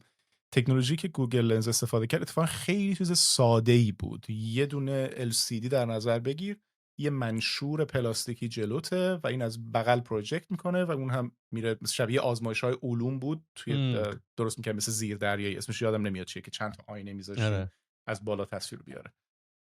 که اون تکنولوژی الان بهش میگن برد بث، حمام پرنده، که کمپانی‌های مثل اکسریل ازش استفاده میکنن که بالای عینکت خیلی چانکی میشه ولی از اون ور تصویر خوبی بهت میده. این تکنولوژی که اوراین استفاده میکنه یا اسنپتیکل استفاده کرده بهش میگن ویو گاید. اتفاقی که میفته لایه‌های نازک سمی ترانسپرنت با همدیگه لامینیت میشن و توی خود این شیشه بسیار نازک امواج نور میره میخوره به یه چیزی، برمیگرده میخوره تو چشمت. اون یه چیزیه انقدر نازک و ظریفه که ساختن این دیوایس ها رو گرون و هزینه بر و زمان بر میکنه، ولی از اون ور یه چیزیه که تو این ور شیشه رو میتونی ببینی.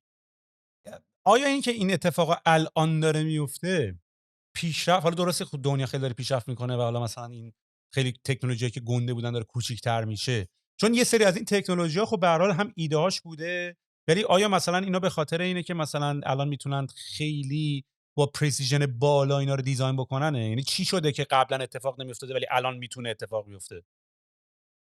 ببین ویوگاید تکنولوژی جدیدی نیست، اتفاقا خیلی قدیمه، فکر می‌کنم 12 یا 13 سال پیش پتنت شده این تکنولوژی. این ولی به این ظرافت نمیتونستن تولیدش بکنن، به این پرسیژن نمیتونستن تولیدش بکنن. تو نمونه‌های ویوگاید که میری نگاه می‌کنی مثلا اندازه یه مانیتور نمیدونم 27 اینچه. فکر می‌کنم اتفاقی که افتاده سرازیری سرمایه‌گذاریه. ما میگیم تو فارسی پول رو مرده بذار بلند میشه بندری میرقصه، پول رو روی آجر بذار تبدیل میشه به یک چیز زیبای تکنولوژیک که سایز عوض میکنه، رنگ عوض میکنه، دما رو عوض میکنه. اگه آجر تغییر خاصی نکرده توی 50 سال گذشته به خاطر که کسی سرمایه‌گذاری روش نکرده، یا از اون برم میتونیم اینجوری هم بهش نگاه کنیم نیازش نبوده.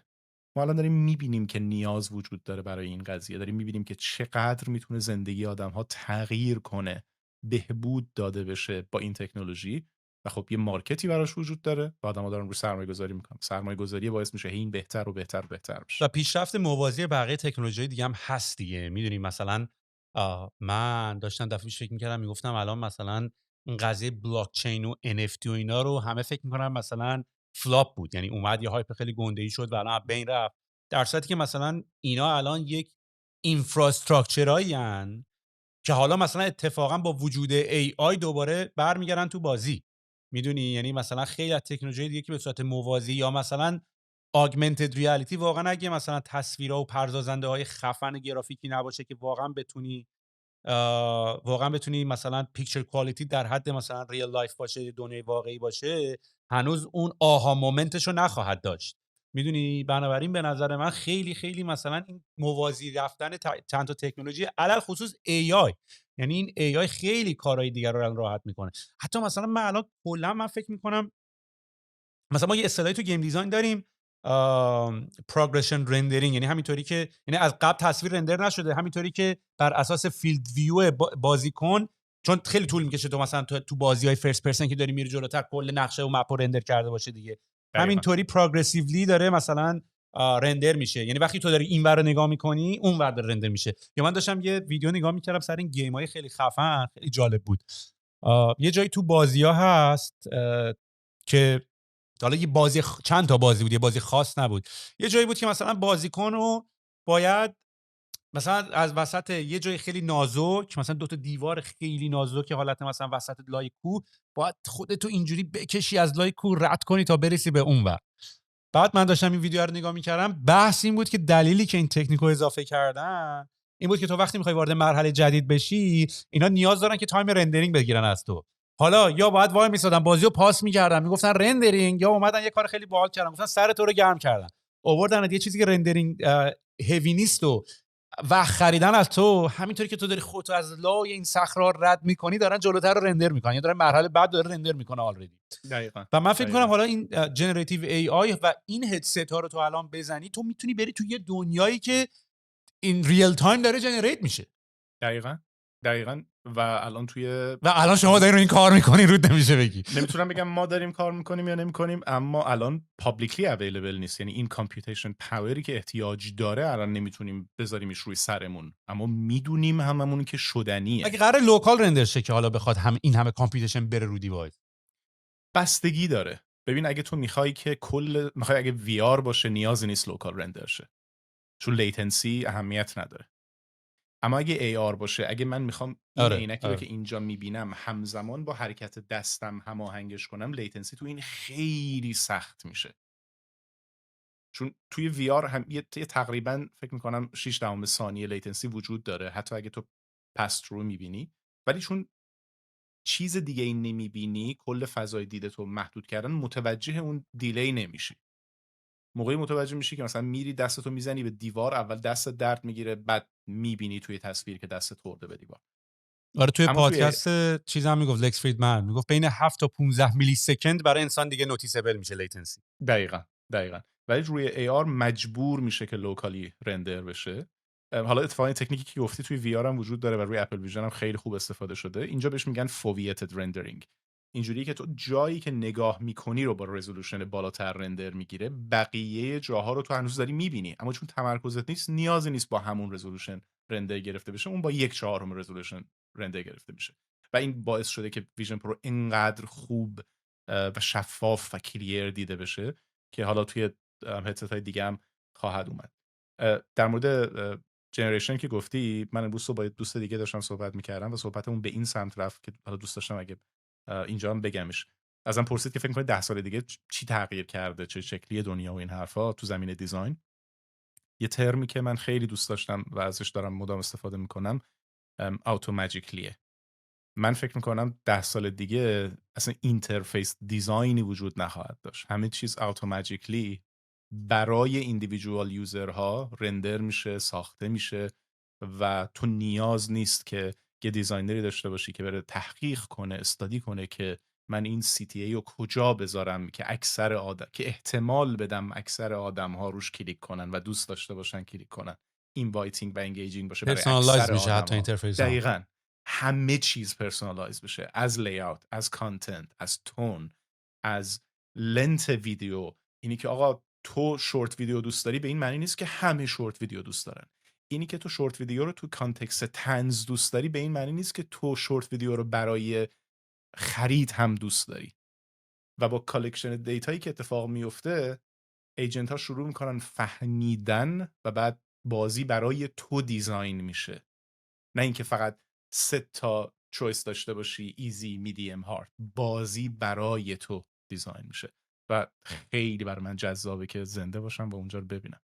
آره یعنی اصلا پرسونالیزیشن توی لول دیگه است. یعنی مثلا اگه دست چپی CTA به قول تو این وره، اگه مثلا یه چش چپه مثلا CTA اون سمت راسته، تونش ایمیل های مارکتینگ واقعا شاید در حد مثلا 3-4 تا ورژن نیست، بعد بری نگاه کنی مثلا یه ای بی تست کنی ببینی کدوم ورژن کار میکنه. مثلا شاید صدها ورژن پرسونالایز داره، برای هر کسی یه جوری میره. و برای همینه اینجا من احساس میکنم چت جی پی تی و اوپن ای آی یه قدم خوبی داره.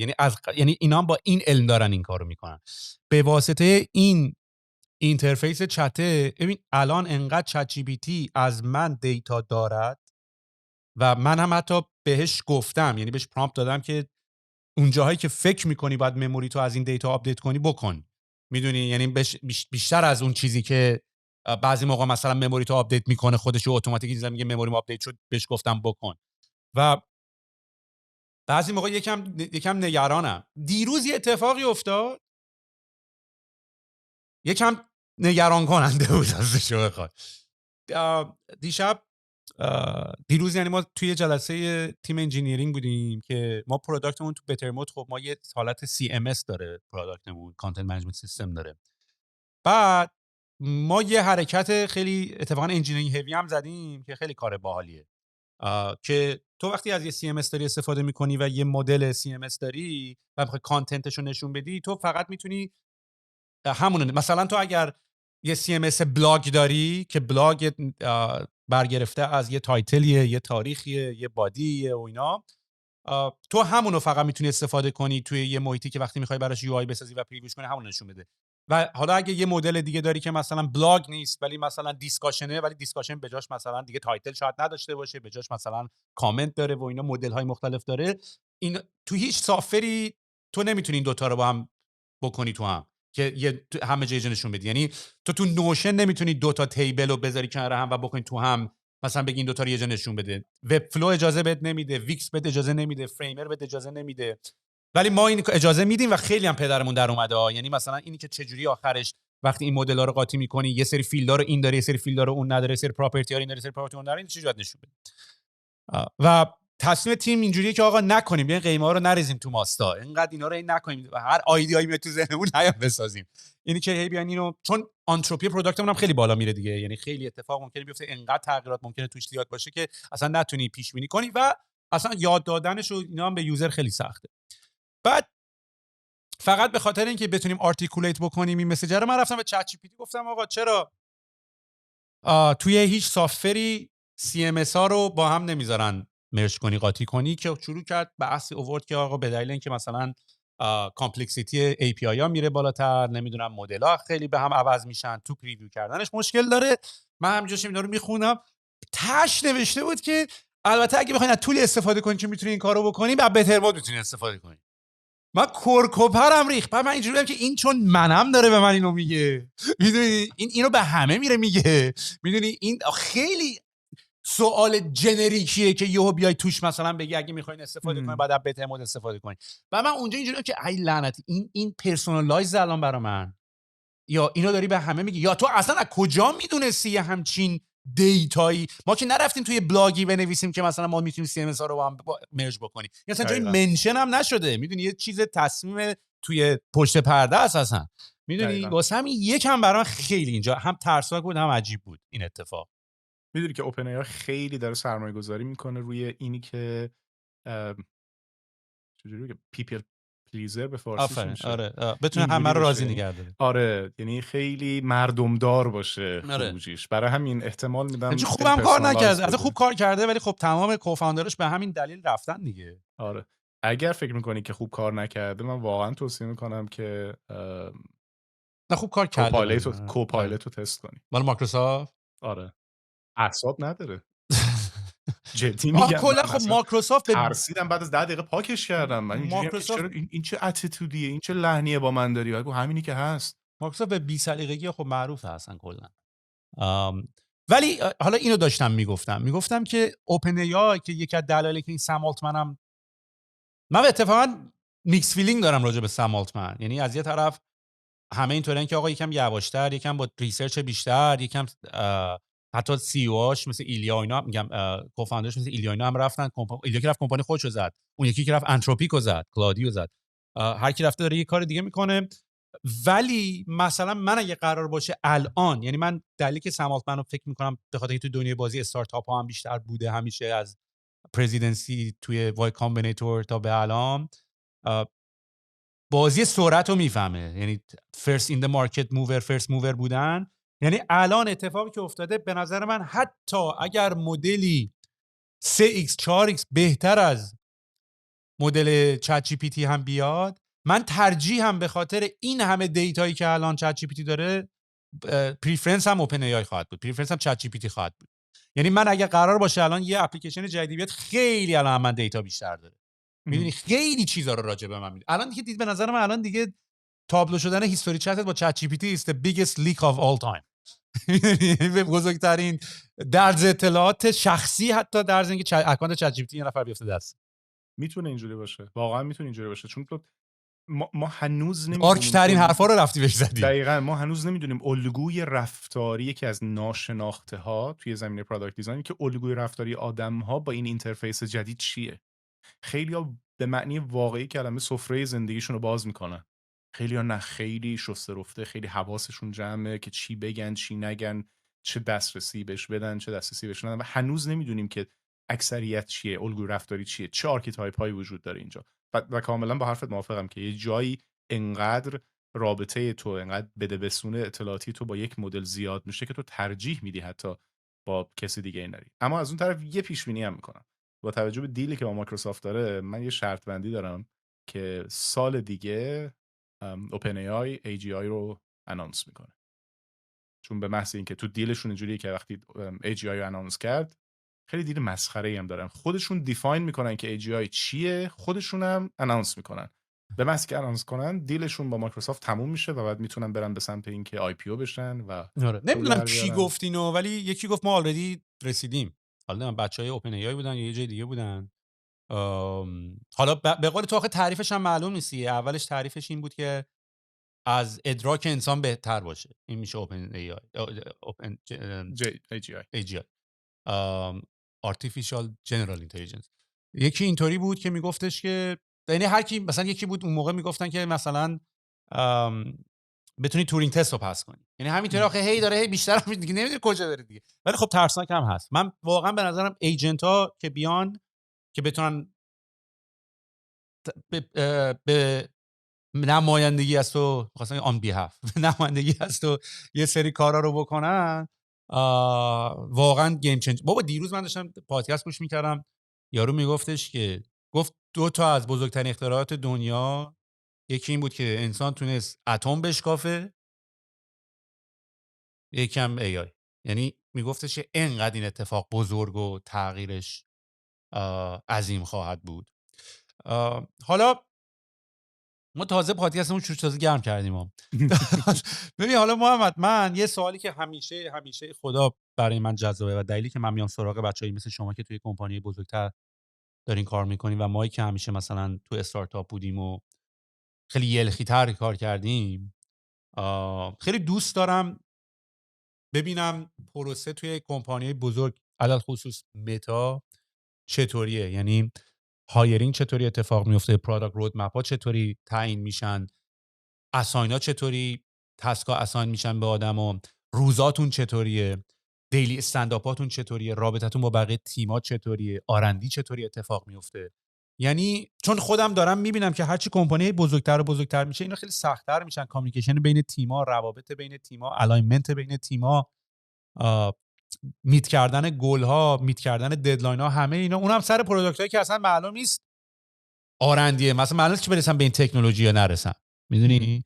یعنی اصلا اون که مثلا ما اتفاقا حالا ما توی استارتاپ در خیلی اسکیل کوچک یه چیزی رو ساخته بودیم، رفتیم یه دور 3 روز زدیم کامل، رفتیم انقدر دیگه اسکوپش گنده شد که اینجوری بودیم که بعد از 3 روز من اینجوری بودم که آقا رفتیم دورامون، یعنی من خودم هم داشتم مثلا این، یعنی من که خودم بلاکر تیمم مثلا، یعنی منم که هی اسکوپا رو آقا میگم حالا که قرار شد این کارو بکنیم چرا اون این کارو نکنیم، بعد یهو اسکوپ همینجوری گنده، بعد هی حالا که این کارو بکنیم چرا این کارو نکنیم، و بعد رفتیم یه دوره رو زدیم و بعد دیدیم خیلی پیچیده میشه و بعد اینجوری که آقا برگردیم هم کاری که قرار بود 3 روز پیش بکنیم. بچه‌ها اینجوری بابا 3 روز ما اینجوری وقت گذاشتیم داریم کار می‌کنیم. خب همینه دیگه، پروداکت دیزاین همینه دیگه، می‌خوای بری ببینی میشه، رفتی دورات هم زدی، ریسرچ هم کردی، خیالات هم راحت شد که اینو بررسی کردی. و نشد. ولی خب از اون ورم اونجوری که پس 3 روز ددلاین افتاد عقب نه قور بزنی. حالا میخوام ببینم این پروسه اصلا کلا پروسه، یعنی چیزهایی که خودت تو برات جالب بود توی متا چیا بودن؟ سوال خیلی خوبیه. من کمپانی‌های بزرگ به غیر از متا کار کردم توی استارتاپ‌های خیلی خیلی کوچیک از 9 نفری و 50 60 نفری تا اسکیل‌آپ‌های 200 300 نفری کار کردم و خب حالا متا بزرگترین کمپانی که تا الان کار کردم و عجیب غریب بزرگه. بیرون این قضیه بودم، یعنی تو استارتاپ‌های کار کردم که پارتنر بودن با متا، یعنی دقیقاً چسبیده به دیوار، تا این ور دیوار بودم. الان هم فرصت‌هایی رو داشتم داخل متا که با همون جنس پارتنرها کلابریشن داشته باشم، یعنی باز دوباره چسبیده به دیوار منتها این طرف دیوار. به نظرم یکی از چیزهایی که خیلی دوست دارن توی متا اتفاق بیفته و میبینیش و محضی که جوین میشی متوجه میشی، همون استارتاپ کالچر است. اتونومی که به تیم ها میدن شبیه استارتاپ های کوچولوییه که باید برای فاندشون بجنگن، برای ریسورسشون بجنگن، برای رودمپشون بجنگن، ثابت کنن به بالا دستی که چی کار دارن میکنن، چرا مهمه کاری که دارن میکنن، چرا باید سال دیگه حضور داشته باشن. برای همین مثلا نزدیکای پایان سال مالی که میشه همین تیم‌ها به تکاپو میافتن که قراره سال دیگه چه اتفاقی بیفته، هستیم، زندگی داریم، پروژمون ارزش داره، ایمپکت داره یا نه. از این بابت خیلی شبیه استارتاپه. اما از اون ور فکر میکنم به سرعت استارتاپ ها نیست، به خاطر همین الاینمنت ها. یعنی هر چقدر هم که اتونومس باشن این تیم های کوچیک، ته تهش یه وی پی وجود داره که باید همه اینا رو الاین کنه با هم دیگه، باید بودجهشون رو تعریف کنه، باید استراتژی بهشون بده و این الاینمنت طول میکشه. جدا از این، همونجور که گوگل معروفه به کشتن پروژه ها، نمیدونم پیج رو دیدی که killed by گوگل، متا معروفه به ری اورگ کردن. یعنی شیرازی‌ها میگن ریپس، یعنی پشت سر هم همینجور ری اورگ میکنه، همینجور این چارت سازمانی رو عوض میکنه و این خیلی کند میکنه پیشرفتی رو که خواهی داشت. کند میکنه؟ به نظر من خیلی کند میکنه. ببین تا بیای عادت کنی، تا بیای به تیم برسی، تا بیای مشخص کنی آقا نورث استارمون اینه، مین گولمون اینه، باید به سمت این حرکت کنیم، چی حاشیه است، چی نویزه، چی رو انجام بدیم، یه ریورک اتفاق میفته، یه سری آدم‌ها جابجا میشن، یه سری ریسورس‌ها جابجا میشن، یه سری گول‌های کمپانی جابجا میشه و خب تو دوباره مجبوری پلنینگ کنی و این پلنینگ تا بیاد دوباره جون بگیره، دوباره یه ریورک دیگه اتفاق میفته. با این وجود داریم میبینی ادوانسمنت هایی که اتفاق میفته، با این وجود داریم میبینی که مثلا یهو اون وسط مسطا ثرد میاد که یه تیم رو جمع میکنن 1 ماه، کمتر از 1 ماه، 28 روز، و یهو یه پروداکت میاد که رشد سرسام آوری خواهد داشت. اینجور چیزا هم هست. یعنی واقعا همون اتفاقا یک دلیلیه، یه نقطه‌ایه که ثابت میکنه آره این استارتاپ کالچر توی متا وجود داره. هایرینگ اصلا شبیه استارتاپ کالچر نیست، خیلی سخت جوین شدن به متا. حداقل به عنوان پروداکت دیزاینر توی لوپ اینترویو داری 5 تا مرحله داره، یک از یک سخت‌تر و طولانی‌تر، اصلا آسون نیست. دی تو دیمون شاید شبیه باشه به بقیه کمپانی های بزرگ دیگه، یعنی این الاینمنتی که وجود داره تو نیاز داری. پروداکت دیزاینر توقعی که ازش میره توی متا تیم با تیم فرق داره، ولی اصولا توقع ازش دارن که خیلی نزدیک به پروداکت منیجر کار کنه. یعنی اینجوری نباشه که به من تاسک بدید، من وظیفه دارم توی تعیین استراتژی پروداکت باشم، وظیفه دارم توی رودمپ باشم، نه تنها وظیفه دارم باشم، تیم داره بهم نگاه میکنه. یکی از فیدبک هایی که من دادن اینه که ما خوبه که تو رو داریم، انگار 2 تا پروداکت منیجر داریم. من پروداکت منیجر نیستم و اونجوری هم اسکیل ندارم، اما اتچ بودنم به پروداکت اینی که اونش میکنم، بهم کمک میکنه تو این کانورسیشن ها باشم. خیلی باید کلابراتیو باشی که تو متا بتونی کار کنی. باید کلابراتیو باشی، باید واقعا فلکسیبل باشی، مخصوصا به عنوان دیزاینرها. بعضی وقتا ما دیزاینرها خیلی عاشق ایده هامون میشیم دیگه. یکی از پیت فالامون اینه که we fall in love with our ideas.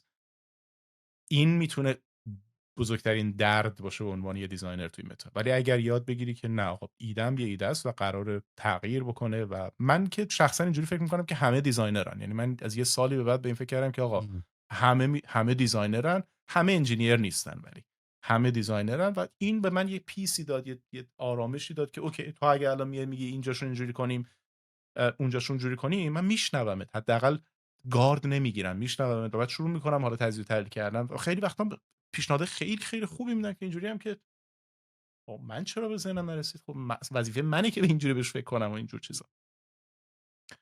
ابزارمون خیلی شبیه بقیه تیماست. با وجود اینکه من روی اسپیشال دیزاین کار میکنم، هنوز از فیگما استفاده میکنم. هنوز بخش زیادی از کامیونیکیشن ما توی گوگل داکس اتفاق میفته. نمیدونم حالا قسمت خاصی پرایوسی نیست تو گوگل داکس. نه نگه خوبیه گوگل داکس و ابزارهای مایکروسافت و گوگل اینه که موقعی که تو انترپرایز اکسس میگیری، سایبر سکیوریتی تیم تو تعریف میکنه که چه جوری اون دیتا کار رزیدنسی بکنه. دارین اصلا. دقیقاً. بعد این داستان طراحی VR یا XR تو چه محیطی انجام میشه واقعا؟ یعنی مثلا این حالت اسپیشالی که یه محیط 3 بود، یعنی تو چه جوریه رو لپتاپ دیزاین میکنی میذاری تو چشت پریویو نگاه میکنی، یا میری اون تو طراحی میکنی، یا تولایی ساختن که نسبت تو همون میدیوم طراحی کنی؟ بعد تولاشو خودتون اینترنالی میسازین یا ترد پارتی تول هستن که اینا رو استفاده میکنین؟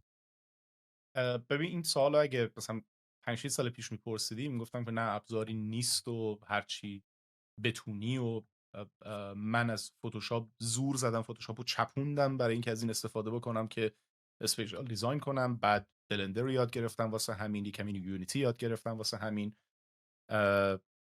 تبلتمو وصل میکنم به XR که بتونم روی این اسکچ کنم و فقط اینجا ببینمش، یعنی مدام دنبال اینم که ورک فلوهای جدید ایجاد کنم.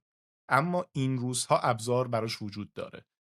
شیپس XR که از ابزاری که یکی از تیمایی که فرصتی رو داشتم که باشون هم کار بکنم، ابزاریه که داره سعی میکنه، یعنی مثلا موتوشون اینه که ما میخوایم فیگمای اسپیشال دیزاین باشیم. یه اسمش چه بودی بگو؟ شیپس XR. شیپس XR. یکی از چیزایی که من تو پرانتز باید بگم، این اینداستری یکی از بزرگترین مشکلاتش نیمینگه. یعنی به نظرم از بیخ باید همه این اسما رو عوض کنن، یه نفر باید هوش و سلیقه بیاد قشنگ نامگذاری جدید داشته باشه. به نظرم اسما داغونه. و خب شیپس XR این فضا رو به تو میده که تو هدست رو میذاری و آن هدست آترینگ اصطلاحاً بهش میگیم، تو همونجا دیزاین میکنی.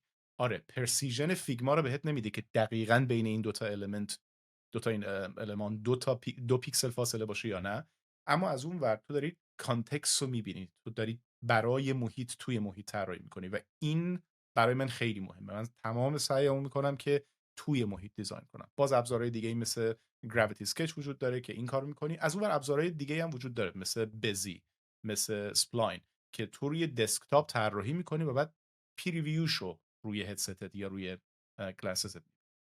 اینا ترد پارتی هن، اما اینترنال تول هم وجود داره. ما تیم هایی داریم که فقط روی اینترنال تول کار میکنن، تیم هایی داریم که انقدر نیاز خودشون رو شدید میبینن که دو نفر، این یکی از مزایای فیسبوکه که دو نفر دور هم دیگه جمع میشن، یه ایده رو میذارن، یه هکتان را میندازن، ریسورس براش میگیرن و 2 ماه بعد اصلا یه تیمی رو ساختن که داره رو اون اینترنال تول داره کار میکنه. این اصلا پروژه اصلیشون میشه. از یه سایت پراجکتی که حالا من 1 ساعت در ماه روش وقت بذارم تبدیل میشه به مین پراجکتی که رودمپ میبندن، بودجه میگیرن، ریسورس میکنن. این یکی دیگه از جذابیت‌های کار کردن توی فیسبوک. متا. آره. هنوز این سوتیو زیاد میدن ها؟ آره هنوز هست و خب گیج تر هم میشی، چون تو الان دیگه تیم فیسبوک هم داری.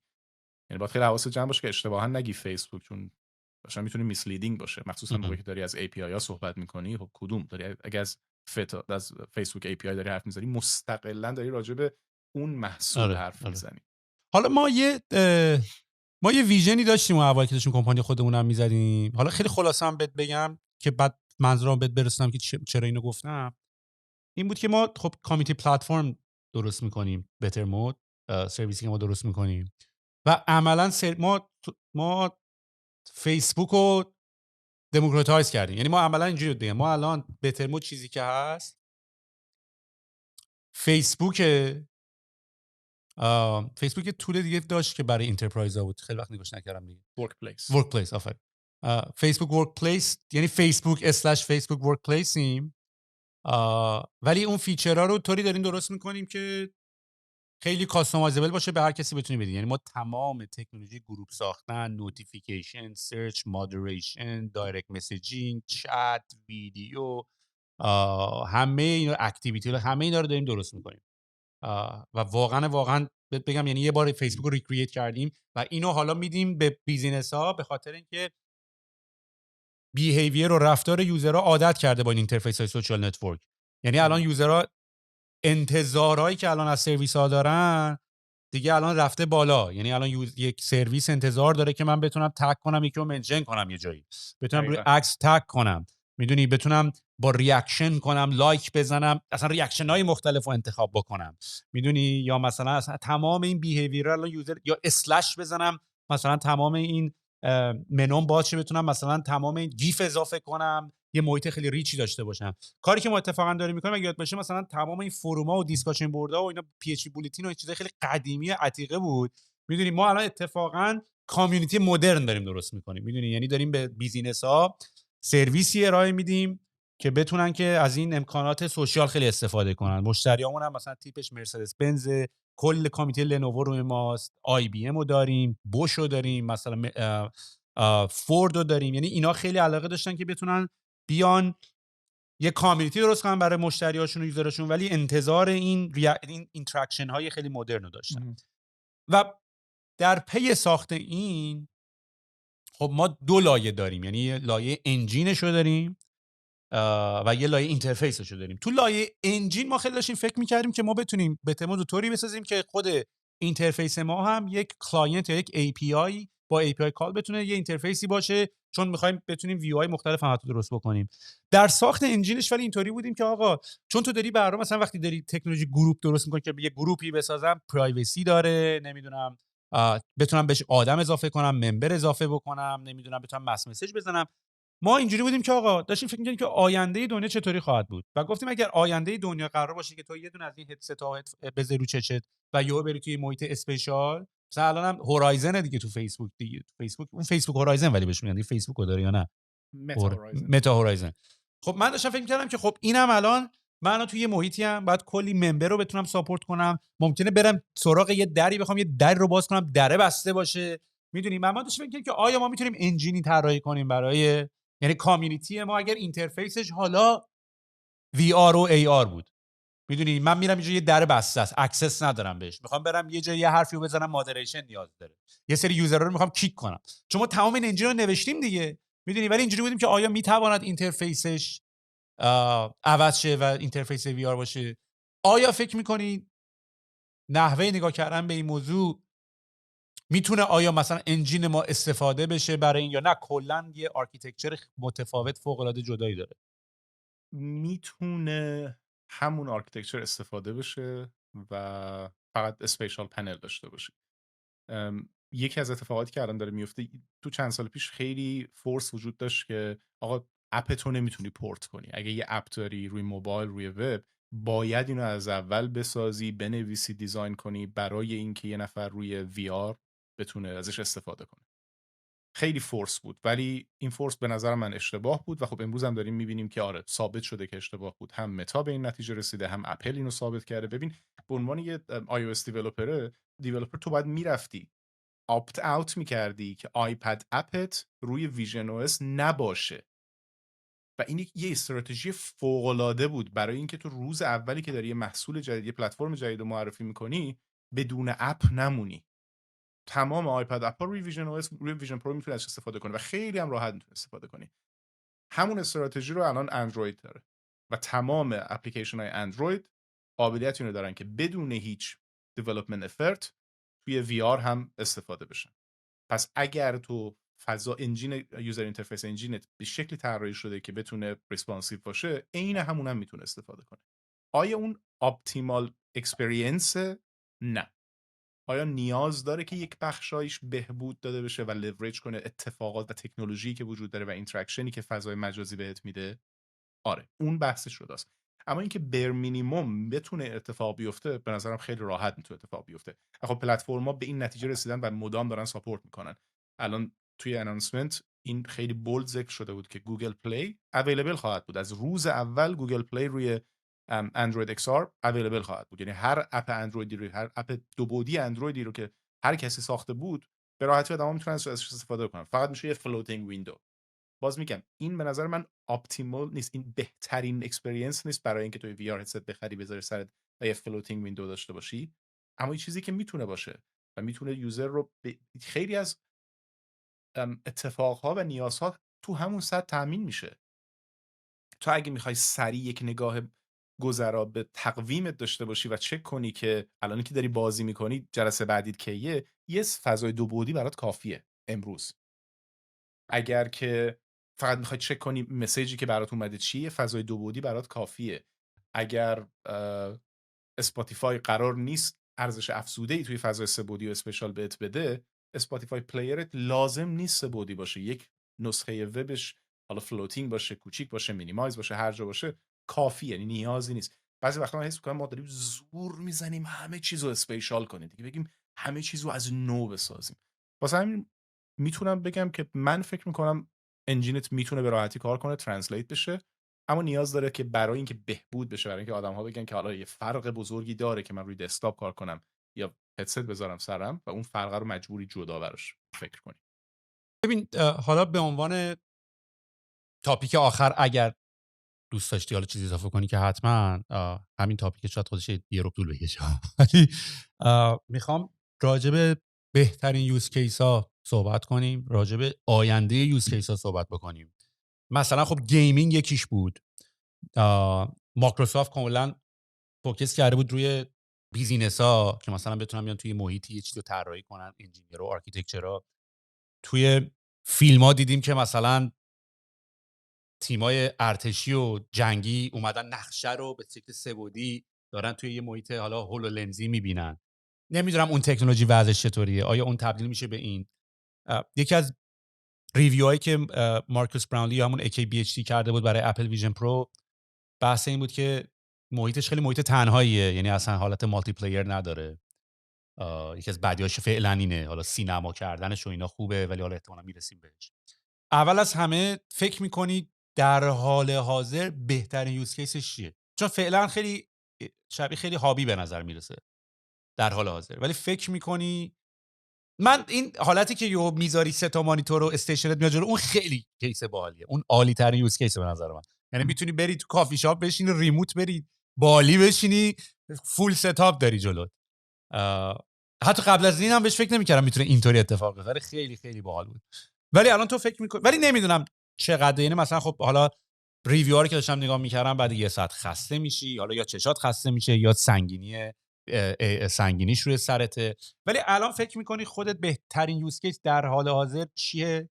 روی چیا داره کار میشه و به کدوم سمت میره؟ کاملا باهات موافقم. به نظرم اون یکی از کیلر اکسپریانس هاست، اینی که تو بتونی یه ورچوال مانیتور داشته باشی. یا یه تبلیغی هم برای شرکت عزیزمون بکنم، یه نونی هم در بیاریم.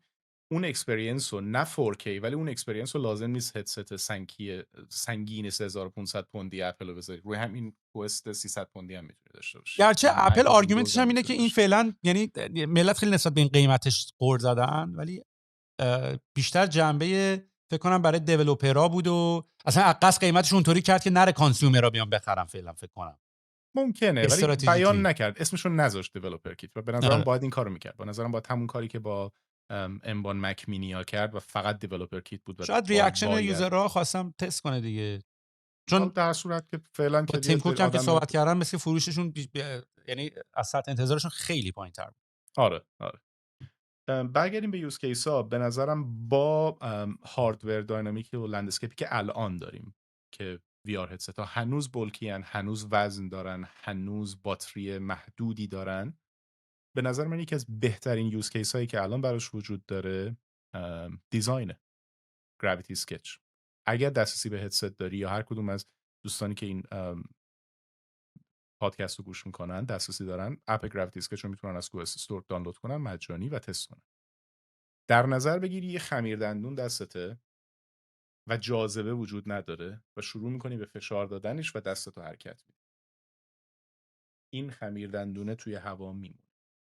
دیزاین تو تبدیل میشه به همون جوری که فکر میکنی. سویل، من و تو 2 بعدی فکر نمیکنیم. من وقتی به تو میگم صندلی، تصویری که تو ذهنت میاد یه اسکچ 2 بعدی خطی از صندلی نیست، یک صندلی 3 بعدیه. ما 3 بعدی فکر میکنیم. بعد باید بریم سالیان سال طراحی یاد بگیریم، تکنیک یاد بگیریم، یک جوری فریبش بدیم که رو کاغذ که میاریم اون آیدیامون رو 3 بعدی به نظر برسه. بعد تازه اون میشه یک ویوش. اما لورج کردن ورچوال ریالیتی به تو کمک میکنه که این خط رو توی فضای 3 بعدی بکشی، بیای این ورش وایسی، بری این ورش وایسی. این به نظرم یکی از بهترین یوز کیس های وی آر. دیزاین وقتی ولی میگی خصوصا چون آیفون هم با آیفون هم میتونی این کارو کنی. یه سری بازی هم روز اول اومده بود ولی خب آره. ولی آیا خصوصا مثلا اینداستریال دیزاین رو میگی چون راجع به سه بعدی بودن هر مدل اسپیشال دیزاین. اوکی. هر مدل اسپیشال دیزاین. طراحی فشن موتور دیزاین. ماشین مثلا من یادم ماجیک لیپ و ایلان ماسک یه بار داشت مثلا نشون میداد که داره موتور ماشین رو اینطوری بالا پایین. مثلا بچه‌هایی که کار معماری میکنن، کار طراحی دکور میکنن، بچه‌هایی که کار چیدمان میکنن. من دوستایی دارم که از وی آر و از گراویتی اسکچ توی طراحی صحنه تئاتر استفاده میکنن. من دوستی دارم که طراحی جواهرالات رو داره با گراویتی اسکچ انجام میده. مشتری داشتیم که موقعی که گراویتی اسکچ کار میکردم اومد و ما یه مانکن جلوش گذاشتیم و شروع کرد روی مانکنه طراحی لباس کردن. یعنی مانکن فیزیکال بود، هممون میدیدیمش، ولی لباسی که داشت طراحی میکرد رو دیجیتال طراحی میکرد. این به نظرم یکی از بهترین یوز کیس هاست، قوی ترین هاست. یکی دیگهش انترتینمنت و اکتیویتیه، گیمینگ، اما اکتیو گیمینگ، فیتنس منظورمه. اینی که تو عملاً کیوبایی داری که به سمتت میاد و مجبوری پانچشون کنی، خیلی فرق میکنه با اینکه همینجوری لباس بپوشی توی اتاق خونت شروع کنی یه ویدیو بذاری و دستتو تکون بدی. اون لایت سیبره که فیوریت منه اصلا. دقیقاً. اینا به نظرم بهترین یوز کیس هاست که فراگیر شدن. از طرف دیگه توی زمینه ادویکیشن و بحث مدیکال، اون هم به نظرم یوز کیس های خیلی بزرگی داره. با یه دوستی اتفاقا ایرانی هم هست اینجا صحبت میکردیم، یه استارتاپ اینجا داره که از ورچوال ریالیتی استفاده میکنه برای اپریشن سیمولیشن. یعنی قبل از اینکه یک عمل جراحی اتفاق بیفته، به جایی که روی یک مانکنی که ممکن اصلا سایز بدنش یا مشکلش با اون بیمار واقعی مشکل داشته باشه، متفاوت باشه از زمین تا آسمون، از اون بیمار واقعی، از اون موقعیت واقعی دیتایی کالکت میشه، یه مدلی جنریت میشه و اون اپریشن روی همین مدل اتفاق میفته. یعنی تجربه این اتفاق، این سیمولیشن رو میتونن بردارن مستقیم ببرن تو اتاق عمل. فقط ترینینگ نیست، پرسونالایز ترینینگه، کانتکستوال ترینینگه و خیلی این یوز کیس بزرگی. تو زمینه AR additive information، نمیدونم تا حالا چند بار گوگل مپو گرفتی دستت وسط یه چهارراه وایسادی، هی چرخیدی اینور هی چرخیدی اینور که از کدوم ور برم.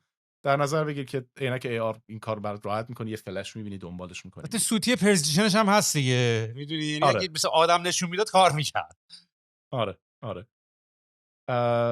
یوز کیس های امروز اینا هستن، ولی یوز کیس های عجیب غریبی بعضی وقتا به ذهن من میرسه. به ذهنت میرسه یا دروش هم کار میکنی؟ یعنی آیا جدا از این که آیا کاری که تو داری میکنی جدا از طراحی محصولات فعلی یا حتی نیر فیوچر، آیا دارین آرندی هم میکنین رو کارهایی که ممکنه، یعنی مثلا چجوری تصمیم رو چی کار بکنین یا چجوری کار بکنین؟ تیم ما نه، ولی تیم هایی هستن که دارن آرندی میکنن، به شدت دارن آرندی. مثلا پیلارهای دیسکاوری داریم، پیلارهای پیری دیسکاوری داریم که شروع میکنن رو ایده های عجیب غریب کار میکنن، میرن پرزنت میکنن، بودجه میگیرن، میره برای سال بعد که روش کار بکنن اینجور چیزا. من بیشتر توی پروژه شخصیم روی این یوز کیس ها دارم کار میکنم. اون روز داشتم فکر می‌کردم بذار اینجوری ازت بپرسم، بازیگر مورد علاقت کیه؟ متیو مک‌کانهی رو دوست دارم، ولی بهترین بازیگری که دوست دارم کلیان مورفی. اوکی، کلیان مورفی بازیگر مورد علاقت. یه فیلمی که اخیراً دیدی و بازیگرش رو دوست نداشتی؟ یه فیلمی که اخیراً دیدم، آها فهمیدم به کجا دلی داری میری. در نظر بگیر تو یه فیلمو گذاشتی ولی اصلا حال نمی‌کنی با بازیگرش.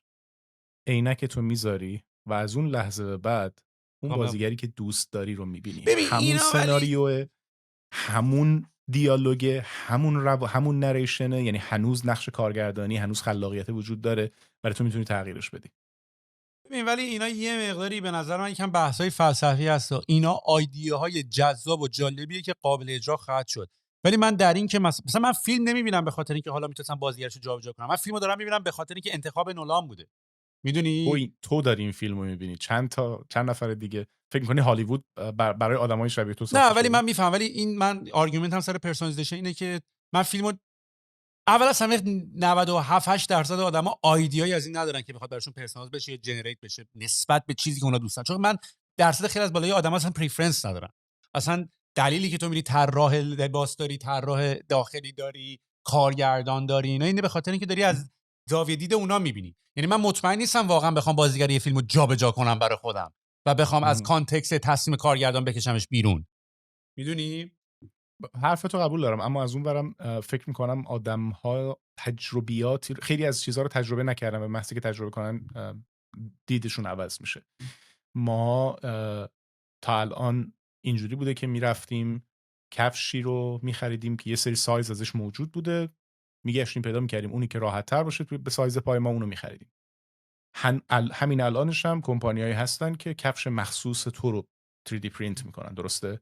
اما هنوز اینقدر فراگیر نشده. اگر تجربه یکی از این کفشا رو داشته باشی، اسکی شده، ولی الان تو اسکی میتونی قشنگ بدی برات سایز دقیقاً. یعنی با گرمش میکنن و سریع. دقیقاً. حالا در نظر بگیر این انقدر وسیع بشه و دموکراتیک بشه و قیمتش بیاد پایین و بریراش بیاد پایین که همه بتونن تجربهش کنن. اون وقتی کسی بر نمیگرده به اون اتفاقه. یعنی این پرسونالیزیشن دوباره هست. حالا شاید فیلمو بذاریم کنار. چند بار شده که با پارتنرت، با همخونت، با همکارت سر فرنیچر به بحث رسیدید که آقا من اینو میخوام اونو میخوام. آره اینا یوز کیس. هر کدوممون میتونیم فرنیچر خودمون رو ببینیم. یعنی این میتونه یه باکس سفید باشه، بی معنی ارزون، آیکیا میترکونه تو این زمینه به نظرم. و دیجیتال اسکینایی رو که الان توی گیم وجود داره بیاریم توی زندگی واقعی. من فکر کنم فیوچریستیک ترنش هم ردی پلیر وان یا حتی سکند لایف دیگه، حالا گیم سکند لایف بود. من فکر کنم و ترس یا حتی میتریکس. میدونی من نمیدونم اصلا آدم یکی از بدبختی‌ها اینه که نمیدونی اینا خوبه یا بده. یعنی من به نظرم خیلی خوبه. یعنی که یه آخه ما انسان‌ها با ساده ترین مسائل دنیا هم نتونستیم به راحتی دست و پنجه نرم کنیم. خب سوشال نتورک پاچوندمون مثلا. یعنی فکر کن یه وبسایت تونست بنیه جامعه رو خراب بکنه. میدونی با اینام نتونیم لذتش رو. نه میفهمم، مثلا میگم جامعه با پورن نتونست کنار بیاد، با سوشال نتورک نتونست کنار بیاد، با یه کووید نتونست کنار بیاد. یعنی انقدر این تغییر بزرگه. درسته که خوشبینانه است اگر جوامع انقدری با شعور بودن، ولی خیلی تغییرات بزرگه. یعنی مثلا احتمالاً چندین نسل، یعنی تکنولوژی میاد ولی چندین نسل هم اداپتیشنش طول میکشه. حالا راه اشتباه شد، یعنی شاید به مراتون نرسه. منظورم اینه. آره حرف تو کاملا این تکنولوژیش هستا، شعور جامعه نرسن. دقیقاً. حرف تو قبول دارم. یعنی زمان میبره که یه چیزی برسه به اون بالانسی که میخوای، که بی آزار بشه، که نرم بشه، که اصلا قانون براش وجود داشته باشه. به عنوان مثال الان یکی از دلایلی که الان به عنوان مثال ریبن متا گلاسز، این چیزی که از متا وجود داره، به نظر من یکی از بهترین دیوایس هایی که یه نفر میتونه الان بخره. اما AI reference ها، AI reply، AI use case ها توی اروپا به شدت محدود شده. توی آمریکا قوانینش هنوز وجود نداره و داره راحت میره جلو و کامل وجود داره. توی اروپا یه سری قوانین براش اومده و این محدودتر شده. ما منتظریم که سرتیفیکیت ها رو بگیریم و فلان و اینجور چیزا. بعضی وقتا لازمه که تکنولوژی زودتر از قانون بدوه تا بعد قانون کچاپ بکنه. یعنی معمولاً هم اینجوریه. یعنی اگه وایسی که بعضی چیزا مثل دارو قبول دارم. نمیدونم، شاید من اصلا در جایگاهی نیستم که راجع به این حرف بزنم. من به عنوان یک علاقه‌مند به تکنولوژی فکر میکنم خیلی از ادوانسمنت ها توی تکنولوژی میتونه سریعتر از قانونگذاری ها و ادپتیشن جامعه پیش بره. قبول دارم که خیلی هاش میتونه خیلی خطرناک باشه اگر سریع پیش بره. بحث دارو به عنوان مثال، تکنولوژی توی دارو ممکنه اینقدر اگه ما بگیم که آقا FDA رو برداریم، دارو میتونه به جایی برسه که جون آدم‌ها رو ازشون بگیره که حالا بعداً FDA بیاد بررسی بکنه. آره. ولی بعضی چیزا نیاز نداره و میتونه به جایی برسه که ببینیمش و بعد براش قانون ایجاد کنیم و بعد بالانسش کنیم و بعد مودیفایش کنیم، توییکش کنیم. نظر من. میگم مثلا ما هنوز تأثیرات سوشال میدیا رو برای بچه‌ها که چون نسل اولاییم هم میدونی تو هنوز نمیدونی بچه‌ای که برای اول ما با سوشال میدیا بزرگ شده تو سن بالا چه اتفاقایی براش خواهد افتاد. میدونی یعنی این داستانا هست یا هنوز نمیدونیم.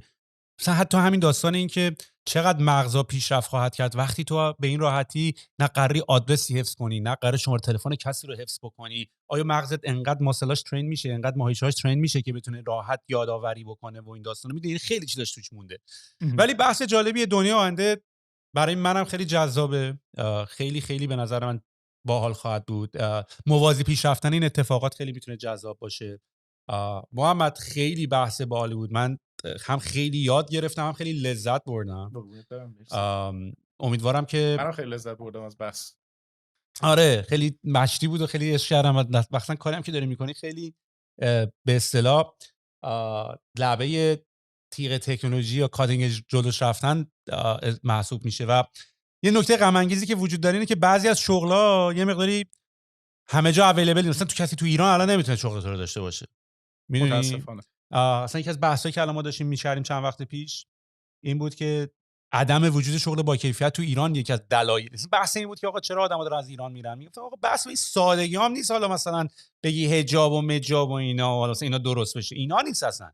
عدم شغل با کیفیت داشت. اگه من بخوام AR کار کنم کجا بشینم کار کنم الان؟ حالا درسته تا میشی حالا یه کمپانی متایی باشه که بتونی همچین چیزی برای تو میسر بکنه. ناسا که نداری تو ایران بتونی مثلا کپسول مثلا چیز درست بکنی. اتفاقا این بحثو خیلی با بچه‌هایی که اینجا هستن می‌کنیم. مثلا تو جمعایی که مهاجرن معمولا که از سوالا اینه که برمیگردی ایران یا اگه چه اتفاقی بیفته برمیگردی و اینها. من با حرفت موافقم. من یکی از جوابای که همیشه دارم اینه که من فکر نمی‌کنم برگردم، حتی اگر اینجوری کن فیکون بشه ایران، همه چیزش عوض بشه. چون فقط برای من بحث زندگی تو ایران نیست، محیط کار هم هست، فرصت‌های شغلی هم که اینجا وجود داره. این به این معنی نیست که این فرصت‌ها هیچ وقت تو ایران اتفاق نخواهد افتاد، نه. این به این معنی نیست که بچه‌هایی که تو ایران هستن تلاش نمی‌کنن. من آدمایی رو می‌شناسم که به بدبختی VR هدست میگیرن، روش VPN نصب میکنن، هنوز نمیدونم چه جوری. یعنی اینا یه کارایی دارن میکنن که برای خود کمپانی متا قفله، که نزدیک بمونن به تکنولوژی، که کار بکنن، که برسن. من شنیدم که ریبن متا گلاسز تو ایران آدما میخرن، دیجیکالا میفروشه، نمیدونم چرا میخرن، چه جوری ازش استفاده میکنن. حقیقتش برای من فراموش شد، شاید یادم رفته که خودم چجوری سروایو میکردم. اما خیلی سخته، نمیگم نشدنیه، خیلی سخته. خیلی باید سختیش رو به جون بخری که بتونی سروایو کنی. بعد از اون وقت بخوای هزینه زندگی تو بدی. وقتی نیست اون تکنولوژی اونجا، وقتی یوز کیسش نیست، چه جوری خودت با خودت میخوای کنار بیای که وقتتو بذاری روی این، یاد بگیری، کار کنی و بعد آخرش هم هیچی به هیچی تو اون هیته جغرافیایی. بعضی چیزام فقط ایران هم نیست یعنی تو نگاه میکنی مثلا توی زمینه AR و VR فقط ایران مشکل من نیست. من کجا برم که همچین موقعیت کاری داشته باشم؟ یا باید لندن باشم، یا باید به اریا باشم، یا یکی دو تا شهر کوچیک توی آلمان باشم. تموم شد. آره دقیقاً. من که خودم کانادام دارم فکر می‌کنم اینجا خبری نیست، بعد باشیم بیایم اونور. مثلا که این دنیای AI هم باعث شده که همه چی تو بیریا دوباره چیز، حالا لندن باز جاش اوکیه، ولی باز الان AI چون یه مقداری دنیای ریموت و اینا فکر کردی که این امکان از بین رفته. امکان این که مثلا دیگه یعنی این اهمیت این که کنار هم بودن توی بیریا و سیلیکون ولی از بین رفته. ولی دوباره من داشتم نگاه میکردم این AI باعث شد که دوباره آدما همه بخوام بیان کنار هم، دوباره همه جمع بشن و داریم میبینی دیگه به قول خود دنیای ریموت اونقدی با کیفیت نیست. و من اینو قبول دارم خودم. من خودم دنیای ریموت رو علاقه دارم ولی نه فول تایم. موافقم. دمت گرم. بودنشو دوست دارم. قربونت برم. خیلی مشتی هستی. بازم بیا پیش ما. حتما. چاکریم. قربونت. بلنگ.